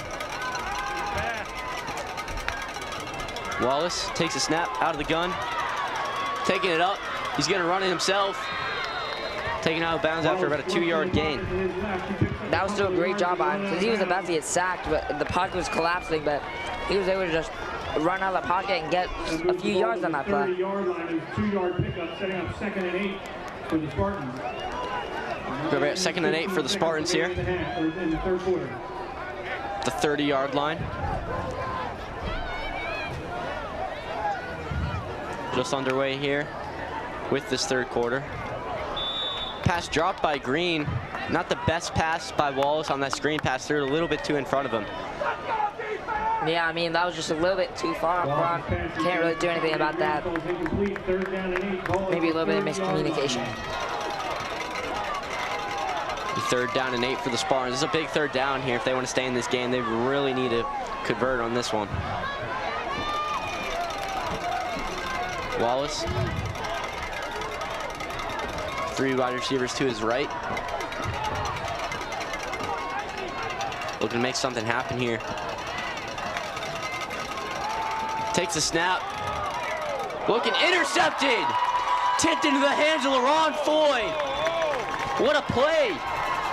Didn't even have to move his feet, just came up with it after the tip. A little bit 10-yard return for LaRon Foy after that, so nice takeaway there for the Cougars. All right, that's a great play by our defense, being able to hold him so that way he has to throw it in that direction, and LaRon Foy being able to catch that ball, because a lot of times you can't always catch it. Here on that replay, you can see that we were kind of collapsing on him, but he had enough time. It was tipped by McCaden Brown straight into LaRon Foy's hand. And before the game, I know we weren't able to talk there because of some technical difficulties, but I have LaRon Foy as one of my X factors there, and that's a great play for my X factor.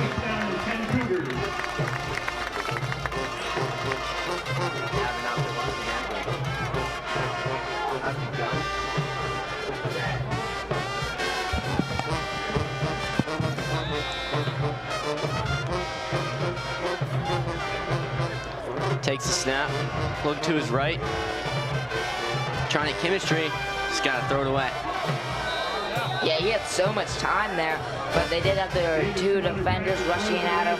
He had to do that. That was great coverage by them, by the Spartans to be able to hold him, so he couldn't throw that, especially with our amazing receivers. Brings up 2nd and 10 for the Cougars.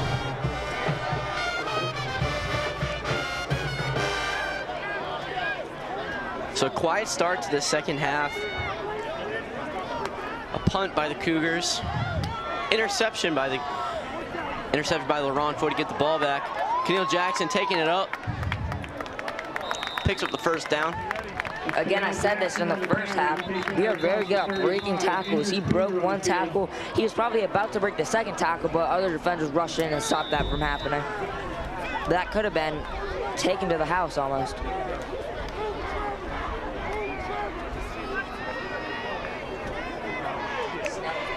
Had an injury here. don't know. It looked like his knee.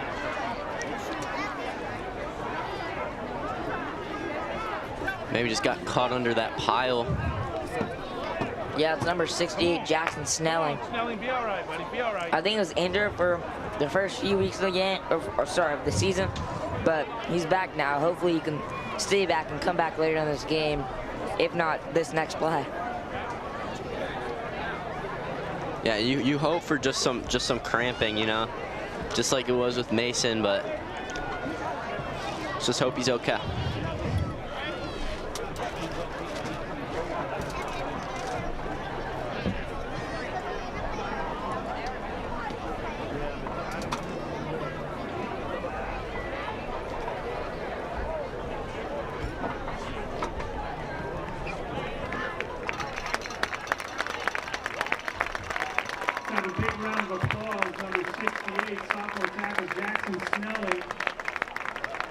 Tracy Jackson Snelling walking off on his own power. You hate injuries, especially in time like this. Obviously, Spartans still in the game, but you got a 22-point lead in the third quarter. You don't want to risk any injuries with some of your top guys. Davis is going to give it to Keneal. Looking to pick up the first down. Looked like he slipped up some on that play. And I don't think he got it. Yeah, he was brought down backwards on that play, it looked like almost. Unless he got enough forward progress. And the Cougars are going to punt again.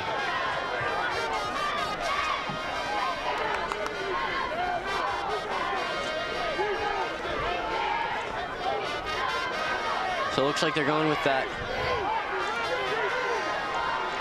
punt by Devin once again. I'd like to see a little fake punt here. That'd be pretty cool. Yeah, maybe some trickery. He's very fast, so maybe he can, you know, take it up the gut for a good gain. Yeah, they only need 1 yard. Van Trezion came out there he was almost left uncovered. And Devin is gonna punt it. Takes a nice hop.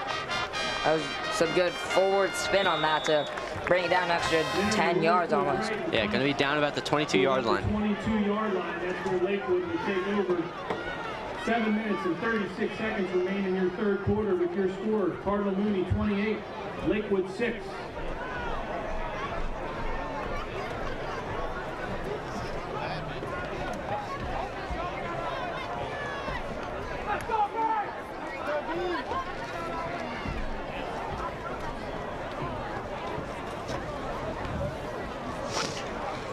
So Spartans are going to come out once again, the second drive of this second half here.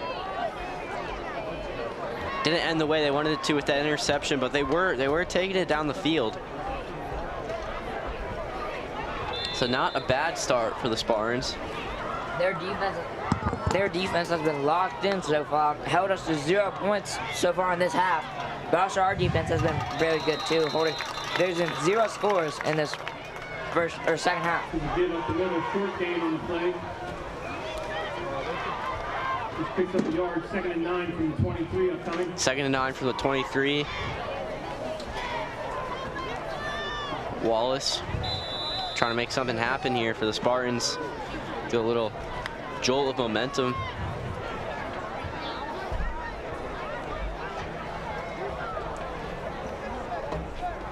And Spartans, one thing I've noticed, the Spartans take a long time to call the snap. We've gotten a couple delayed games so far tonight, so definitely a result of that. Prior to the snap, false start on the offense, 5-yard penalty, 2nd down. Yeah, Mooney's definitely winning the flag game tonight. Spartans have picked up a lot of penalties. The one thing is the Cougars have been longer penalties. The Spartans has mostly just been offsides, false starts, delayed games.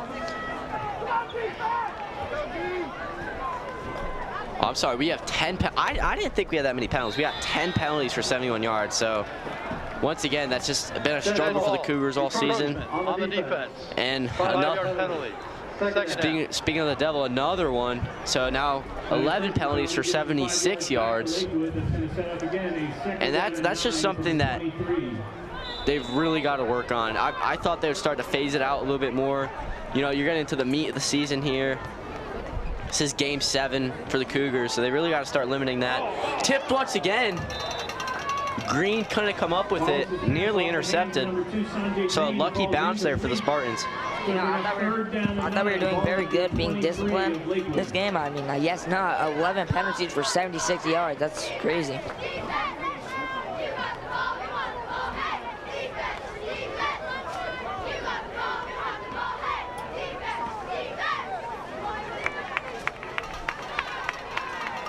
Brings up a 3rd and 9. Wallace looking to pass. He's going to take a shot. Hits his man. He can't come up with it. Placed that right in the breadbasket for him. That ball went so high in the air. That was crazy. But number 8, Mari Roberts could not come up with it. Gonna force a punt for the Spartans. So a very quiet offensive second half so far. I haven't heard anything about like for Damari Roberts so far this game. Hopefully, maybe he can get some touches in, you know.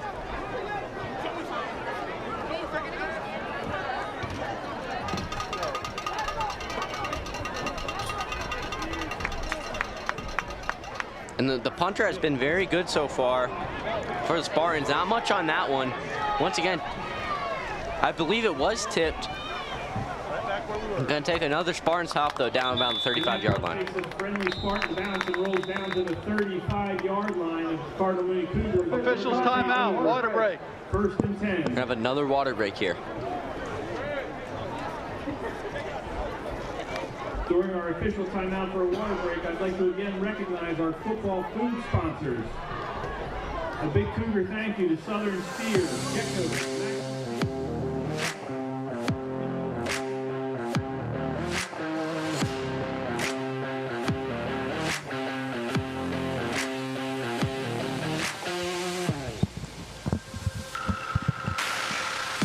We would like to thank you for tuning into the Cougar Network and watching tonight's broadcast. Make sure you like and subscribe to our channel on YouTube and follow us on social media at cmhs.cougernetwork and visit us on the web at cmhscougernetwork.live.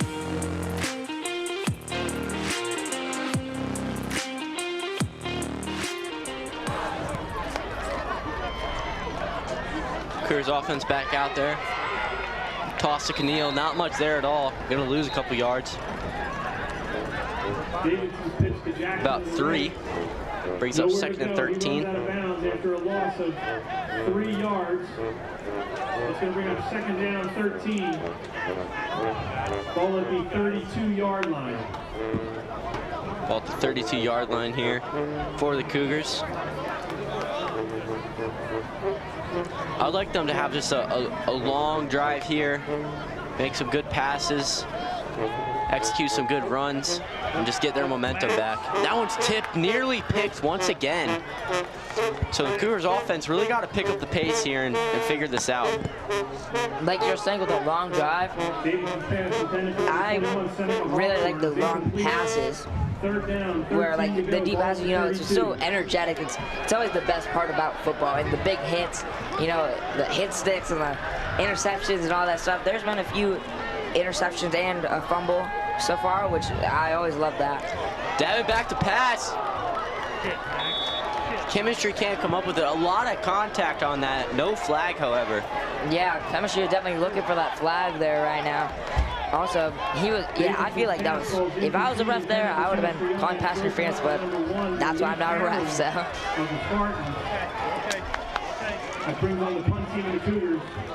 And the Cougars are going to have to punt again. It's going to be their 2nd punt of the second half.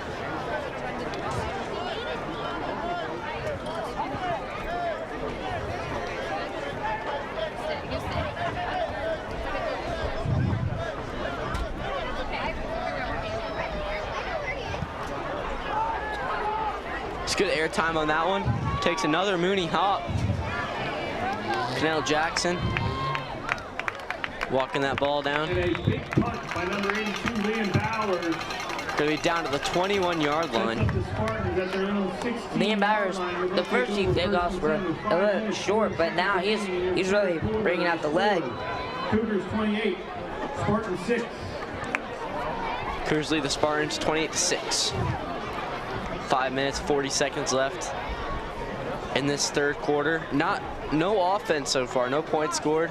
28-6 still, like it was at the end of the first half, and so the Cougars have left the door open for the Spartans. They just haven't been able to take advantage of no offense so far. I mean, now is the time to start.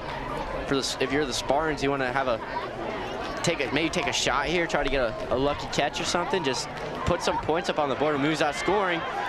Got a nice run here.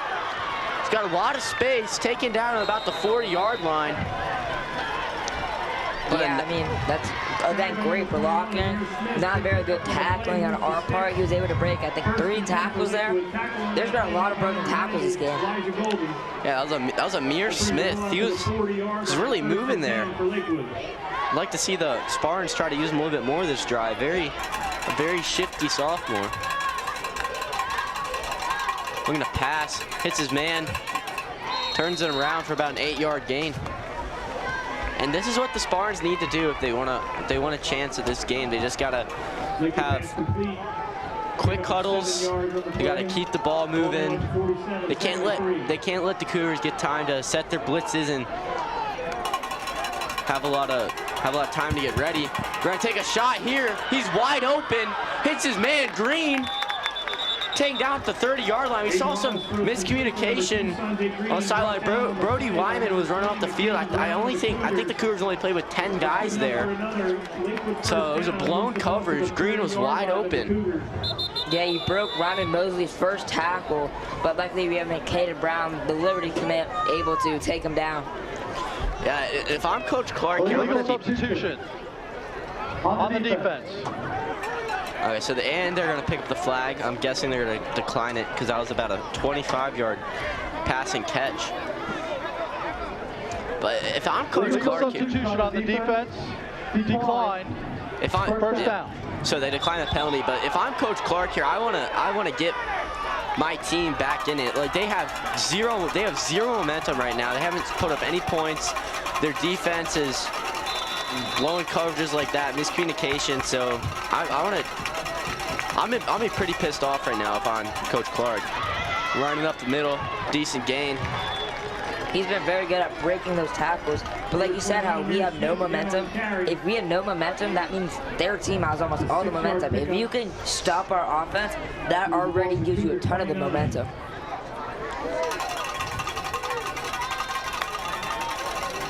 Gonna hand it off once again. Amir Smith moving it up. Their running game has been going crazy on us so far. We're usually not able to let those big runs happen, especially with Elijah Golden, Amani Armstrong, Bryce Folda, and just the rest of our D-line, you know? Wallace out of the gun, trips left, looking to hit his guy.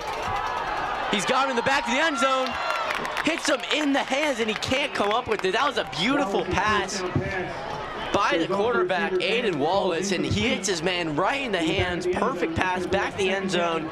Just can't come up with it. That's got to be very frustrating for the quarterback. Yeah, there were multiple draws so far, just playing hit off their hands and just let it fall to the ground. You can't let that happen if you want to make it to the bigger leagues, you know? A flag. Encroachment. It might be, we think it's encroachment on the Cougars. Gonna be about their 6th encroachment call tonight. Dead ball. Ball start on the offense. Okay, so it's gonna be on the offense. Second down. Gonna move back to Spartans an extra 5. Brings up 2nd and 15 for the Spartans.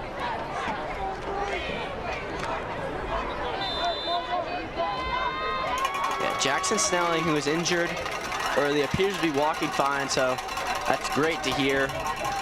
A huge aspect of this team. Big offensive lineman. Only a sophomore as well, so a very bright future for him. Snap is fumbled. Did the Cougars come up with it? Is the question here.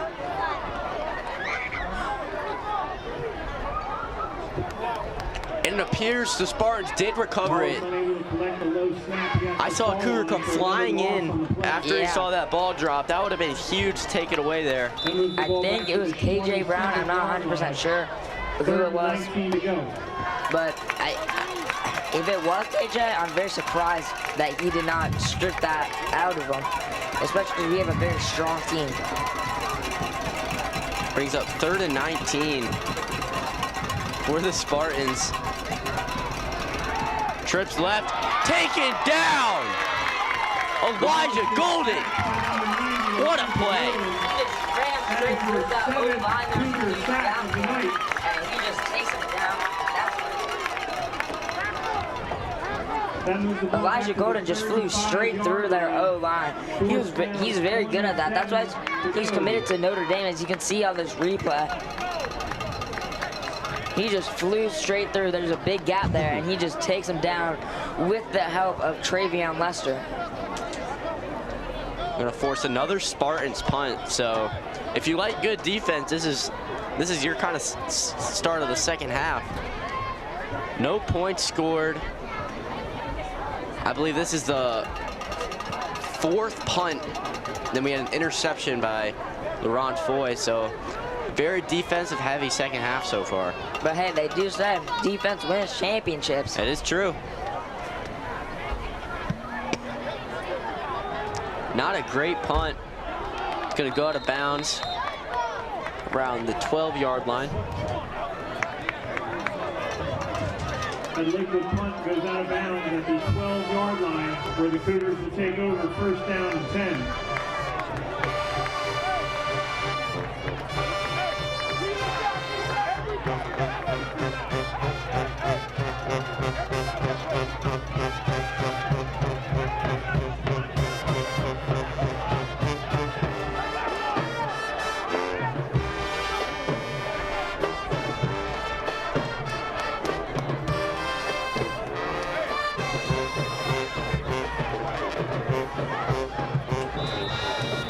Cougars offense back out there. I'd love to see them take this down for some points.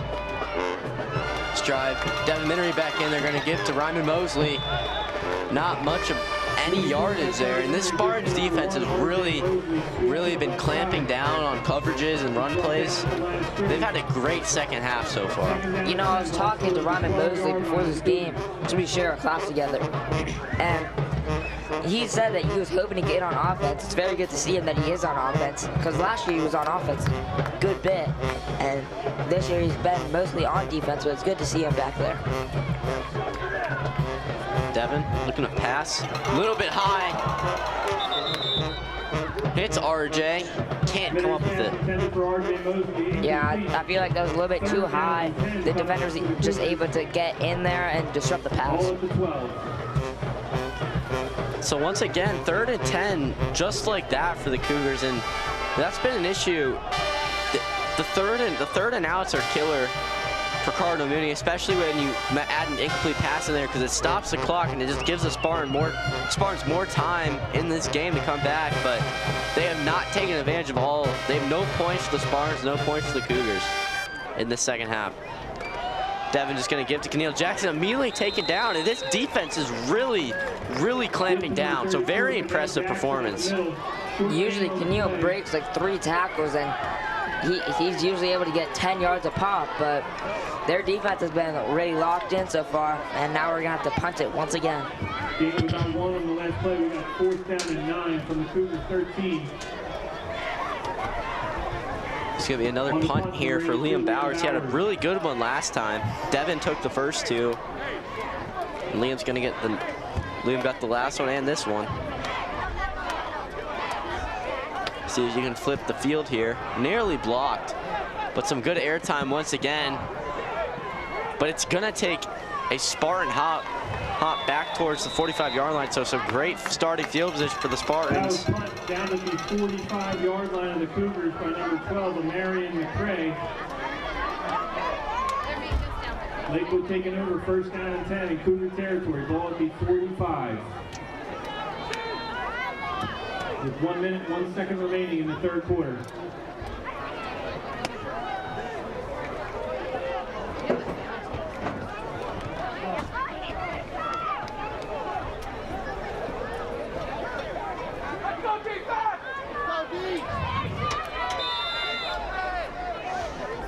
So here's Wallace. Out of the gun. Gonna give to his back, and he's running backwards, and he just goes down. Put down by McCaden Brown. Yeah, McCaden Brown, our Liberty commit, he was able to hit him a little bit, and he had to change directions where he got tripped up a little bit there, and he just fell to the ground. And that's got to be an experience thing for the running back, Amir Smith. He's only a sophomore. He had some yards to gain there. He decided to try to cut it backward. Didn't work out for him. Got a flag in the backfield. A nice little screen pass here, picks up some positive yards.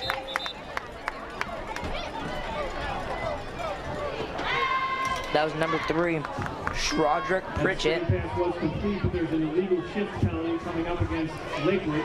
So there's some cool names on this Lakewood team. We got Shrodrick Pritchett Jr., like you said. Then we have Vontavious Ducksworth. That's a pretty cool name, I can't lie. Yeah, see, I had him, Vontavious, and Shrodrick circled for my X Factors, but I haven't really heard anything out of them. And what I was thinking before the game to set was it's the battle of the 11s from Vontavious and Travion Lester. They're both great at their position.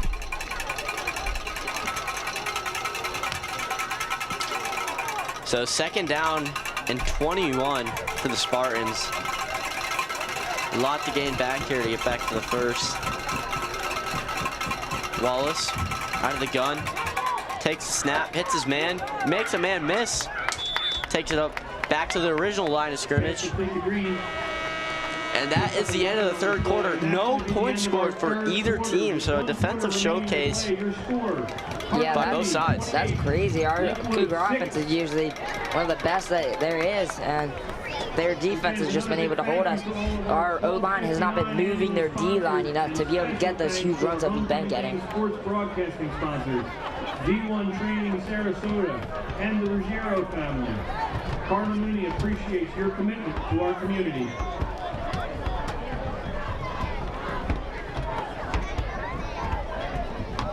And another big thank you to our fish fry sponsors, the Wallen family and Walt's Fish Market, for catering the fish fry. Here at the Cougar Network, we're super excited to be offering sponsorship opportunities for you and your local business. Visit us on the web at cmhs.cougernetwork.live to check out all the opportunities for football, volleyball, and our other programming. All the proceeds from your sponsorship goes directly to the Cougar Network to help us keep producing content like tonight's game, and every bit helps.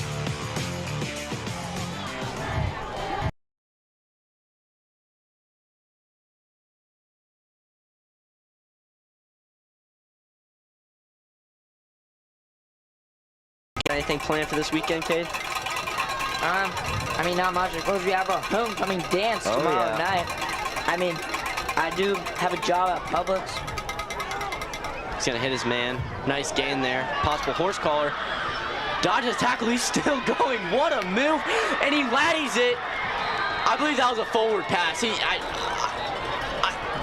I don't think he fumbled. That was very confusing play. Made an incredible play. That was Sanjay Green, and it appeared that he laddied it forward. Personal foul.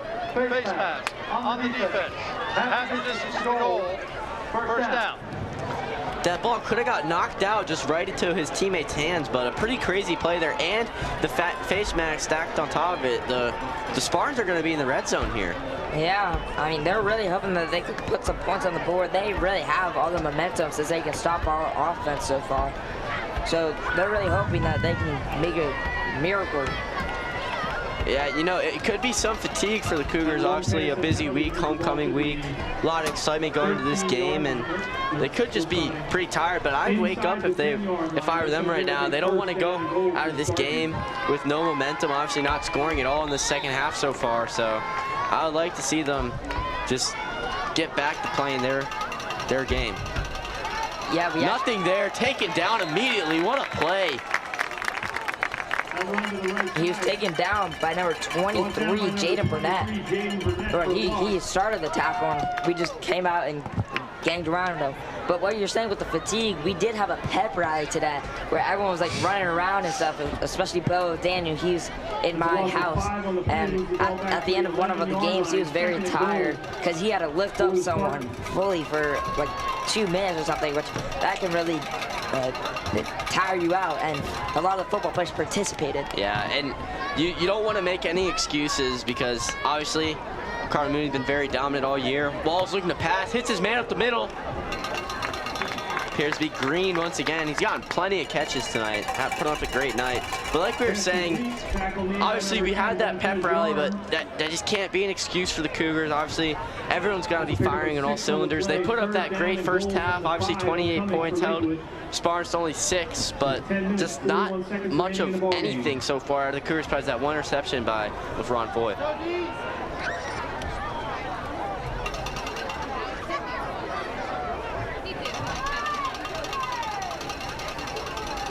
First and goal here from the 5 for the Spartans, threatening to score. Looking to cut this game to only 2 scores. Wallace hits his man, touchdown Spartans. And what a pass! That was Damari Roberts who caught the pass, and he was just left wide open. I mean, that's probably one of the easiest touchdowns you could see. He just had to float it in there. That was an easy touchdown for them. Yeah, and Wallace hit very hard on that play. Somehow still gets that pass off. So very impressive drive there for the Spartans. They don't appear to be going for 2. They could cut this game to only 14 if they could get a 2-point conversion here. And their last PAT attempt didn't go too well with that block. So it appears we have this looks like a wildcat formation. I don't think this is one of their quarterbacks. Interesting to see what happens here. Out of the gun. He's gonna take it to his right. And he's gonna hit his man, but he drops it right in the hands, and he somehow drops the pass. And that would have cut the lead to only 14 points. Yeah, that was Damari Roberts who just caught that touchdown pass. So I don't know what happened there. Maybe his gloves are a little bit wet or something. I don't know. Yeah, you kind of got cut up. What were you saying about you work at Publix? Oh yeah, I do work at Publix. I'm working some tomorrow and on Sunday. So are you going to homecoming? I am, because nice. I work earlier in the day, so I'm able to make it to homecoming at the end. I'm actually going with a few friends. Yeah, I'm going as well. A few friends. Should be pretty fun. Play some good music. Yeah, what's your go-to dance move? You gotta have a couple. I know you do. I'm not that much of a dancer, you know. I'm more of like a trying inspiration for the touchdown celebrations. Yeah. I'm always telling all my friends, because I'm friends with most of the football team. Yeah. And I'm always telling them, hey, you gotta do this Sally for me. You gotta do all of this. Yeah, obviously homecoming. Like I said, a lot of fans here in that first half. Couple left after the crowding. Like to see. Yeah, this is probably our biggest turnout for the student section. It definitely is. Of course, you have to expect that. It's homecoming. Yeah, but still a great turnout by Cougar Nation, you could call them. And also, I've noticed that the Spartans have their own little band on their side. Yeah, that's pretty. They got some dancers. They got a band. Yeah, they got everything. They got some good vibes going on over there. Having a great time.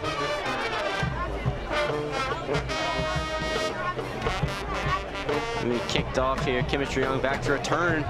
Takes a weird hop. He's got to pick it up. Takes it down about around the 17-yard line. So minimal effort there out of Chemistry. Not really sure what I think he thought the ball was going to bounce in the end zone, but it's a good thing he didn't run away from it, because Spartans could have picked that up and returned that for a touchdown just like that.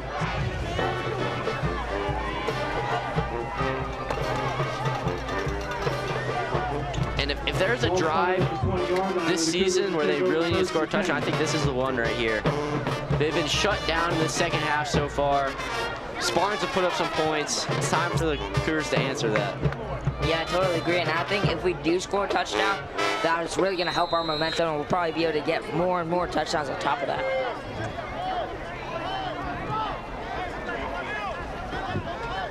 Ball respotted at the 19. 1st and 10 Cougars.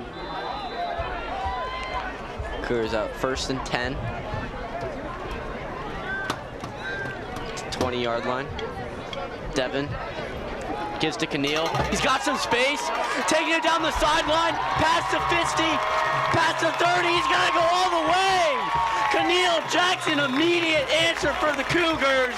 That is what we were looking for. Great blocking by our O-line, opening up, being able to move their defense so we can hit that outside, and the blocking by our receivers there too, able to keep them away from him, and he has that breakaway speed. He's able to outrun, I think, 2 or 3 men, and he was just, as soon as he gets past them, you're not going to be able to catch him. He's just such a good runner like that, and he's very good at breaking those tackles. He had someone about to hit him on the line. He was able to break through that. That's a great play by Keneal and all of our blockers. Yeah, an immediate answer when the Cougars needed the most. Keneal Jackson's 4th touchdown of the night. What a game for Keneal Jackson tonight.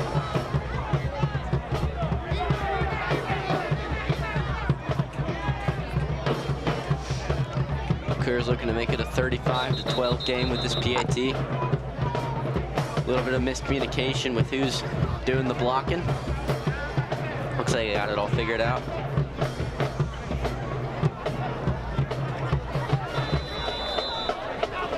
.9:57 left in this 4th quarter. And Liam Bauer's PAT is up and good.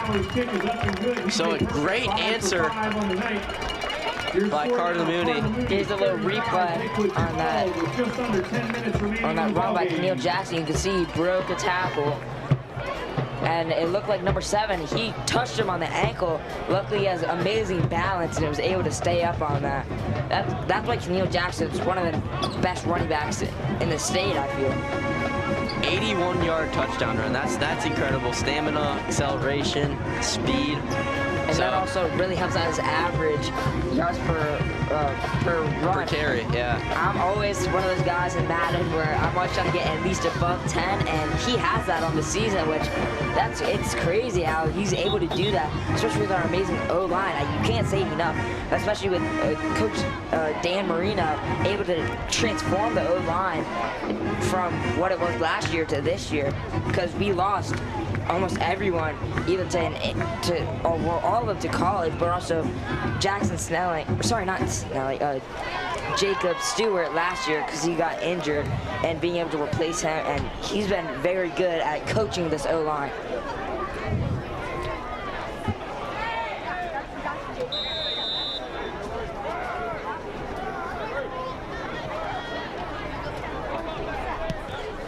Kickoff by Liam Bowers. Received around the 10-yard line. Running sideways and taken down by the Cougars. Nice stop there, preventing yards on the kickoff. See, that is what we love to see about our Cougar kick defense. I don't really know what it's called. I guess what they call it, the defense. Kick return defense. That's what we usually see, where we stop them for a minimal gain. But they have been very good at getting pretty good yards so far this game. But that right there is great defense.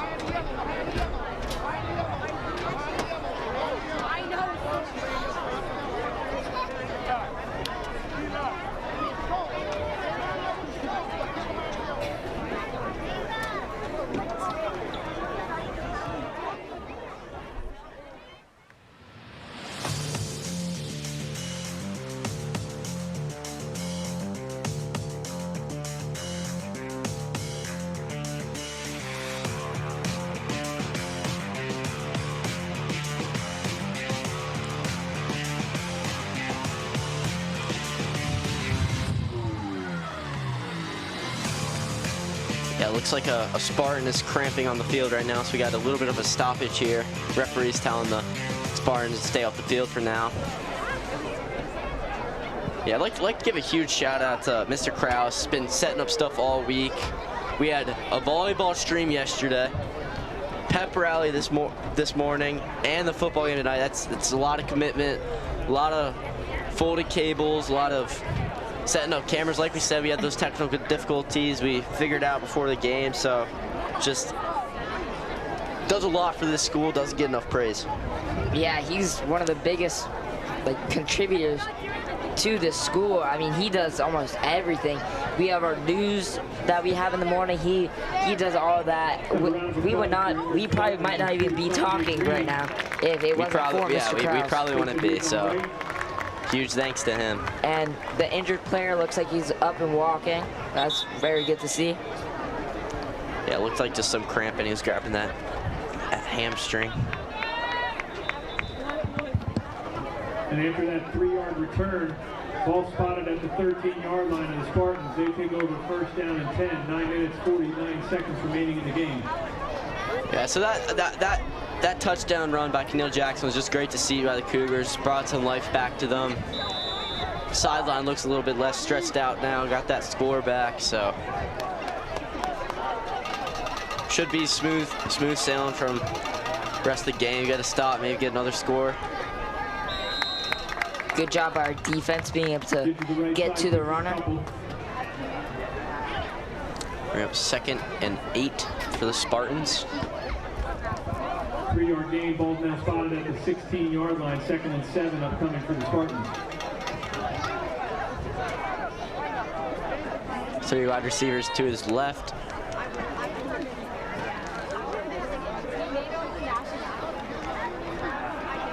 Wallace out of the gun, takes a snap. Look at deep, hits his man up the middle. Now, nice catch. He got popped there by number 10, Van Trezion. I'm surprised he was able to hold on to that. Did a little cut stick action. This is gonna be a first down for the Spartans. The run there, 2-yard gain. Brings another 2nd and 8.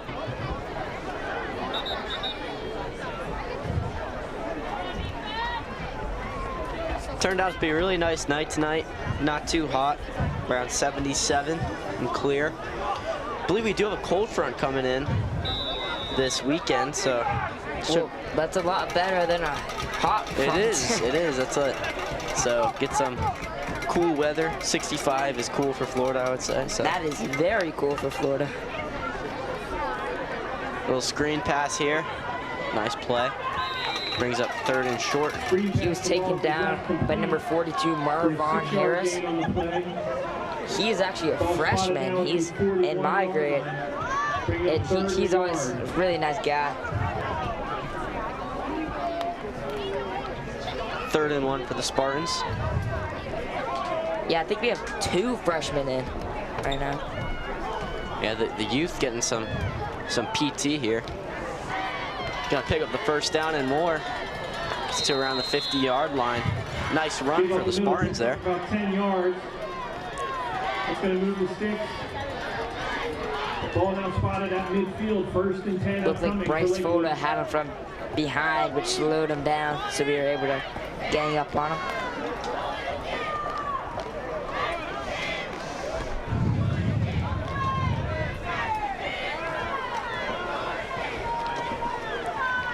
Out of the gun, Wallace looking to take a shot downfield. He's taken it down. Travion Lester gets to the quarterback and takes him down. What a sack. That was a great play by Travion Lester, being able to get to the quarterback while still being on the block, take him down with one hand. We have 8 sacks so far this game. They only have 1. That just shows how good our O-line and D-line is. Yeah, that's a huge difference in sacks. 8-1 is huge. Cougars, so many quarterback pressures, been insane. 2nd and 19 now. A little bit overthrown. In coverage was Jaden Burnett. Yeah, looking for that out route there. Not much at all. 3rd down and 19 now.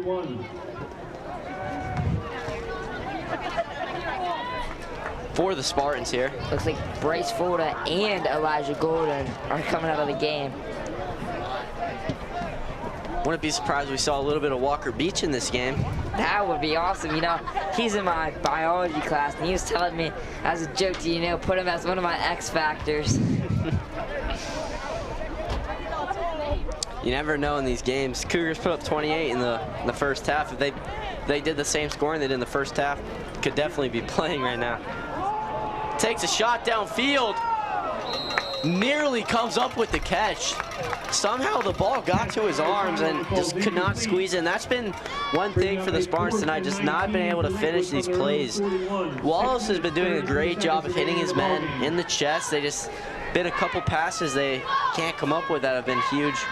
But that was also great coverage by Ryman Mosley. It was. And Marvon Harris came in there too.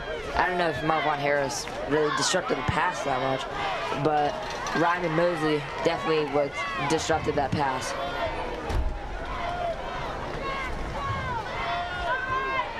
So another punt. I do think this is the most punts that Mooney has had combined with another team in the second half. This is about, I think this is the 5th or 6th punt.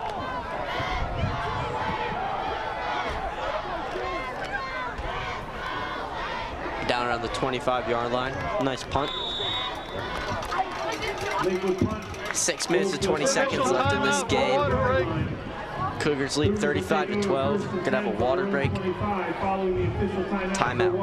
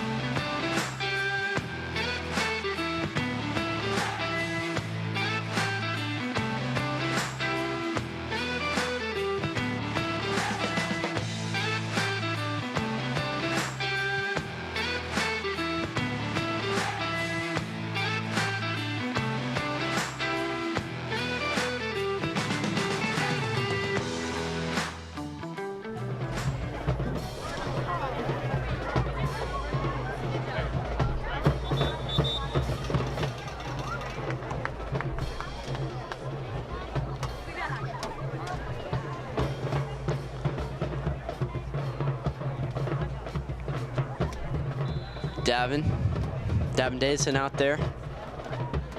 Out of the gun, motions chemistry over. Gonna give to Devin. Here we go. Picks up about 5. Man, he just looks like a running back. I swear he does. Yeah, I know he's also a very angry runner. Again, you can compare him to like Derrick Henry and Najee Harris. Prime Derrick Henry, not 2025 Derrick Henry. Yeah, because he would have fumbled that play if it was maybe week 1, first half week 1, but yeah. Ever since it's been rough. See, I have Derrick Henry in my fantasy league. He's been kind of selling me. I benched him actually this week. Yeah. It's very sad. Just can't pick up more than 2 yards, it feels like. But that's not Devin Minnery's case. Yeah, Devin, he had that big breakaway run. Got called back for holding, but still. They're gonna give to Devin again. Not much there. Nice play by the Spartans defense, limited the He tried to run through a man, but couldn't. He almost did, but they had the other defensive players coming to get him. 3rd and 7, correction.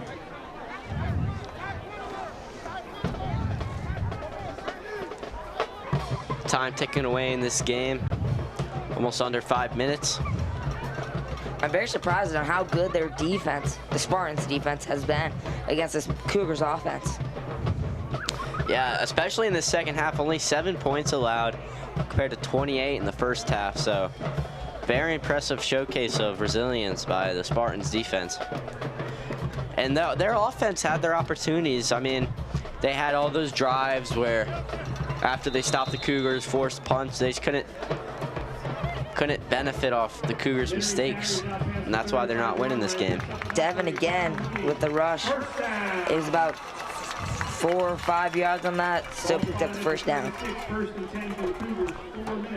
Devin is actually very good at hitting the hole, I realized. He is. But that is also because of his experience as a quarterback, having to run it a lot.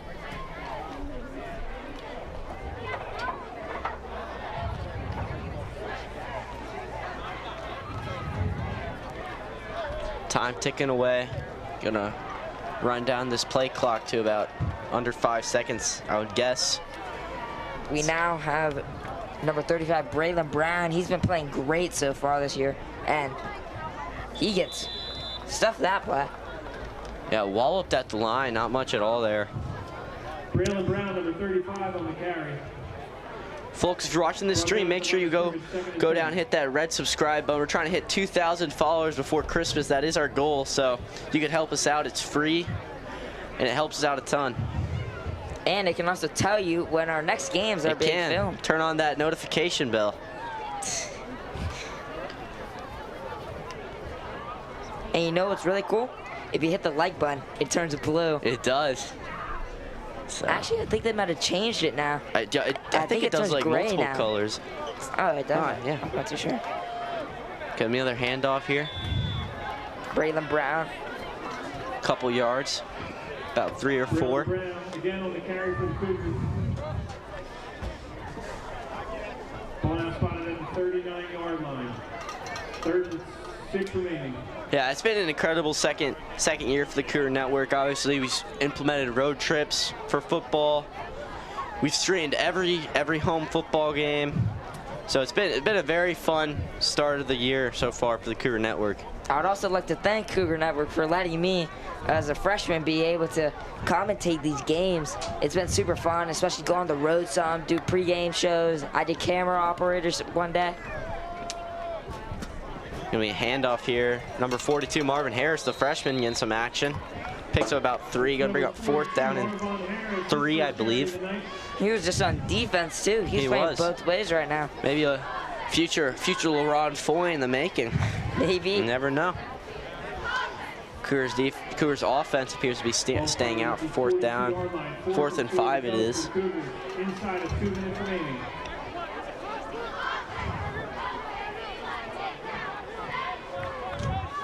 Under 2 minutes now. Cougars probably just gonna hand it off here. Maybe pass, try to figure out the 1st down. Looks like we're gonna have a flag. Dead ball. Encroachment on the defense. That gives us 5-yard penalty. 1st down. That gives us the free 1st down that we were looking for there. So there's no reason to really stress out now. I think that this shouldn't. I mean, I think it's one more 1st down, and that's wraps. Yeah, this should be it. If Lakewood wants to use their timeouts, I mean, they could, but just a couple runs here should do it for the Cougars.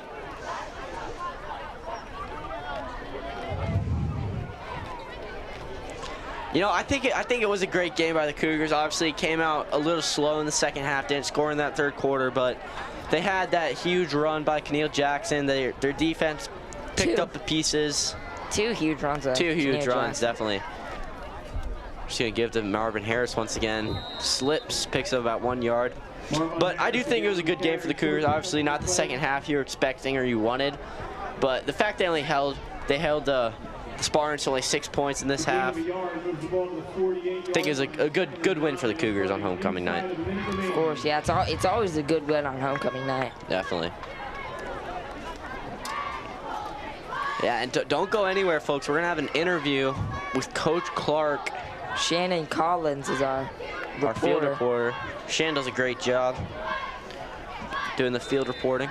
And it looks like we just entered in the victory formation. And that will be the game, folks. Cougars are going to come out on top, 35-12 on homecoming night. You know, that really makes me like the Spartans a lot more, not, you know, just making us hike the ball for no reason.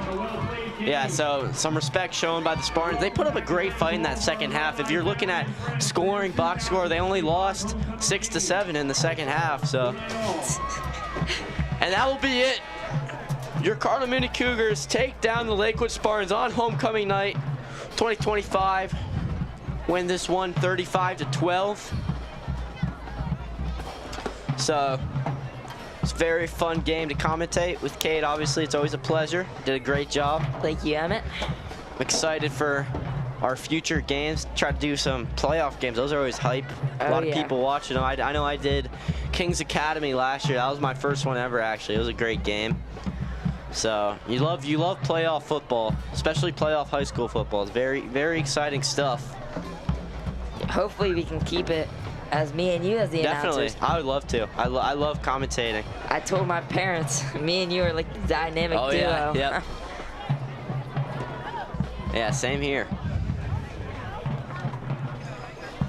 Yeah, it's very cool we get the opportunity to do this as well. Not many high schoolers get the opportunity to broadcast like this. Or not very many high schools. Exactly. So a very, very cool opportunity for us, obviously. Very blessed to have this. Mr. Krause, Mr. Porter as well, new this year, helped him out a lot. And just Cardinal Mooney High School making this possible. But we're gonna be signing off here. We'll send it down to Shannon Collins. I'm Emmett Del Valle. I'm Cade Boydston. Thank you so much for tuning in tonight. We'll be back soon with you guys. Have a great weekend and God bless.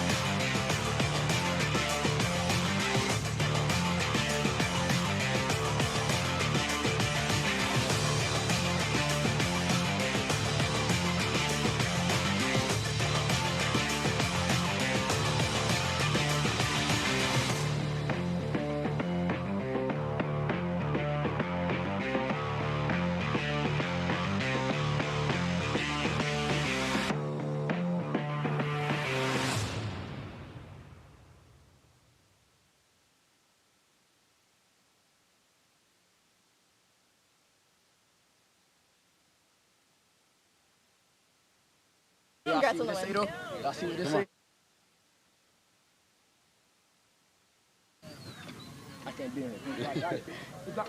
I'm here with Coach Clark, the head coach of the Cardinal Mooney football team. Coach, congrats on the win. Thank you. What differences did you notice in the offense between the first and second half?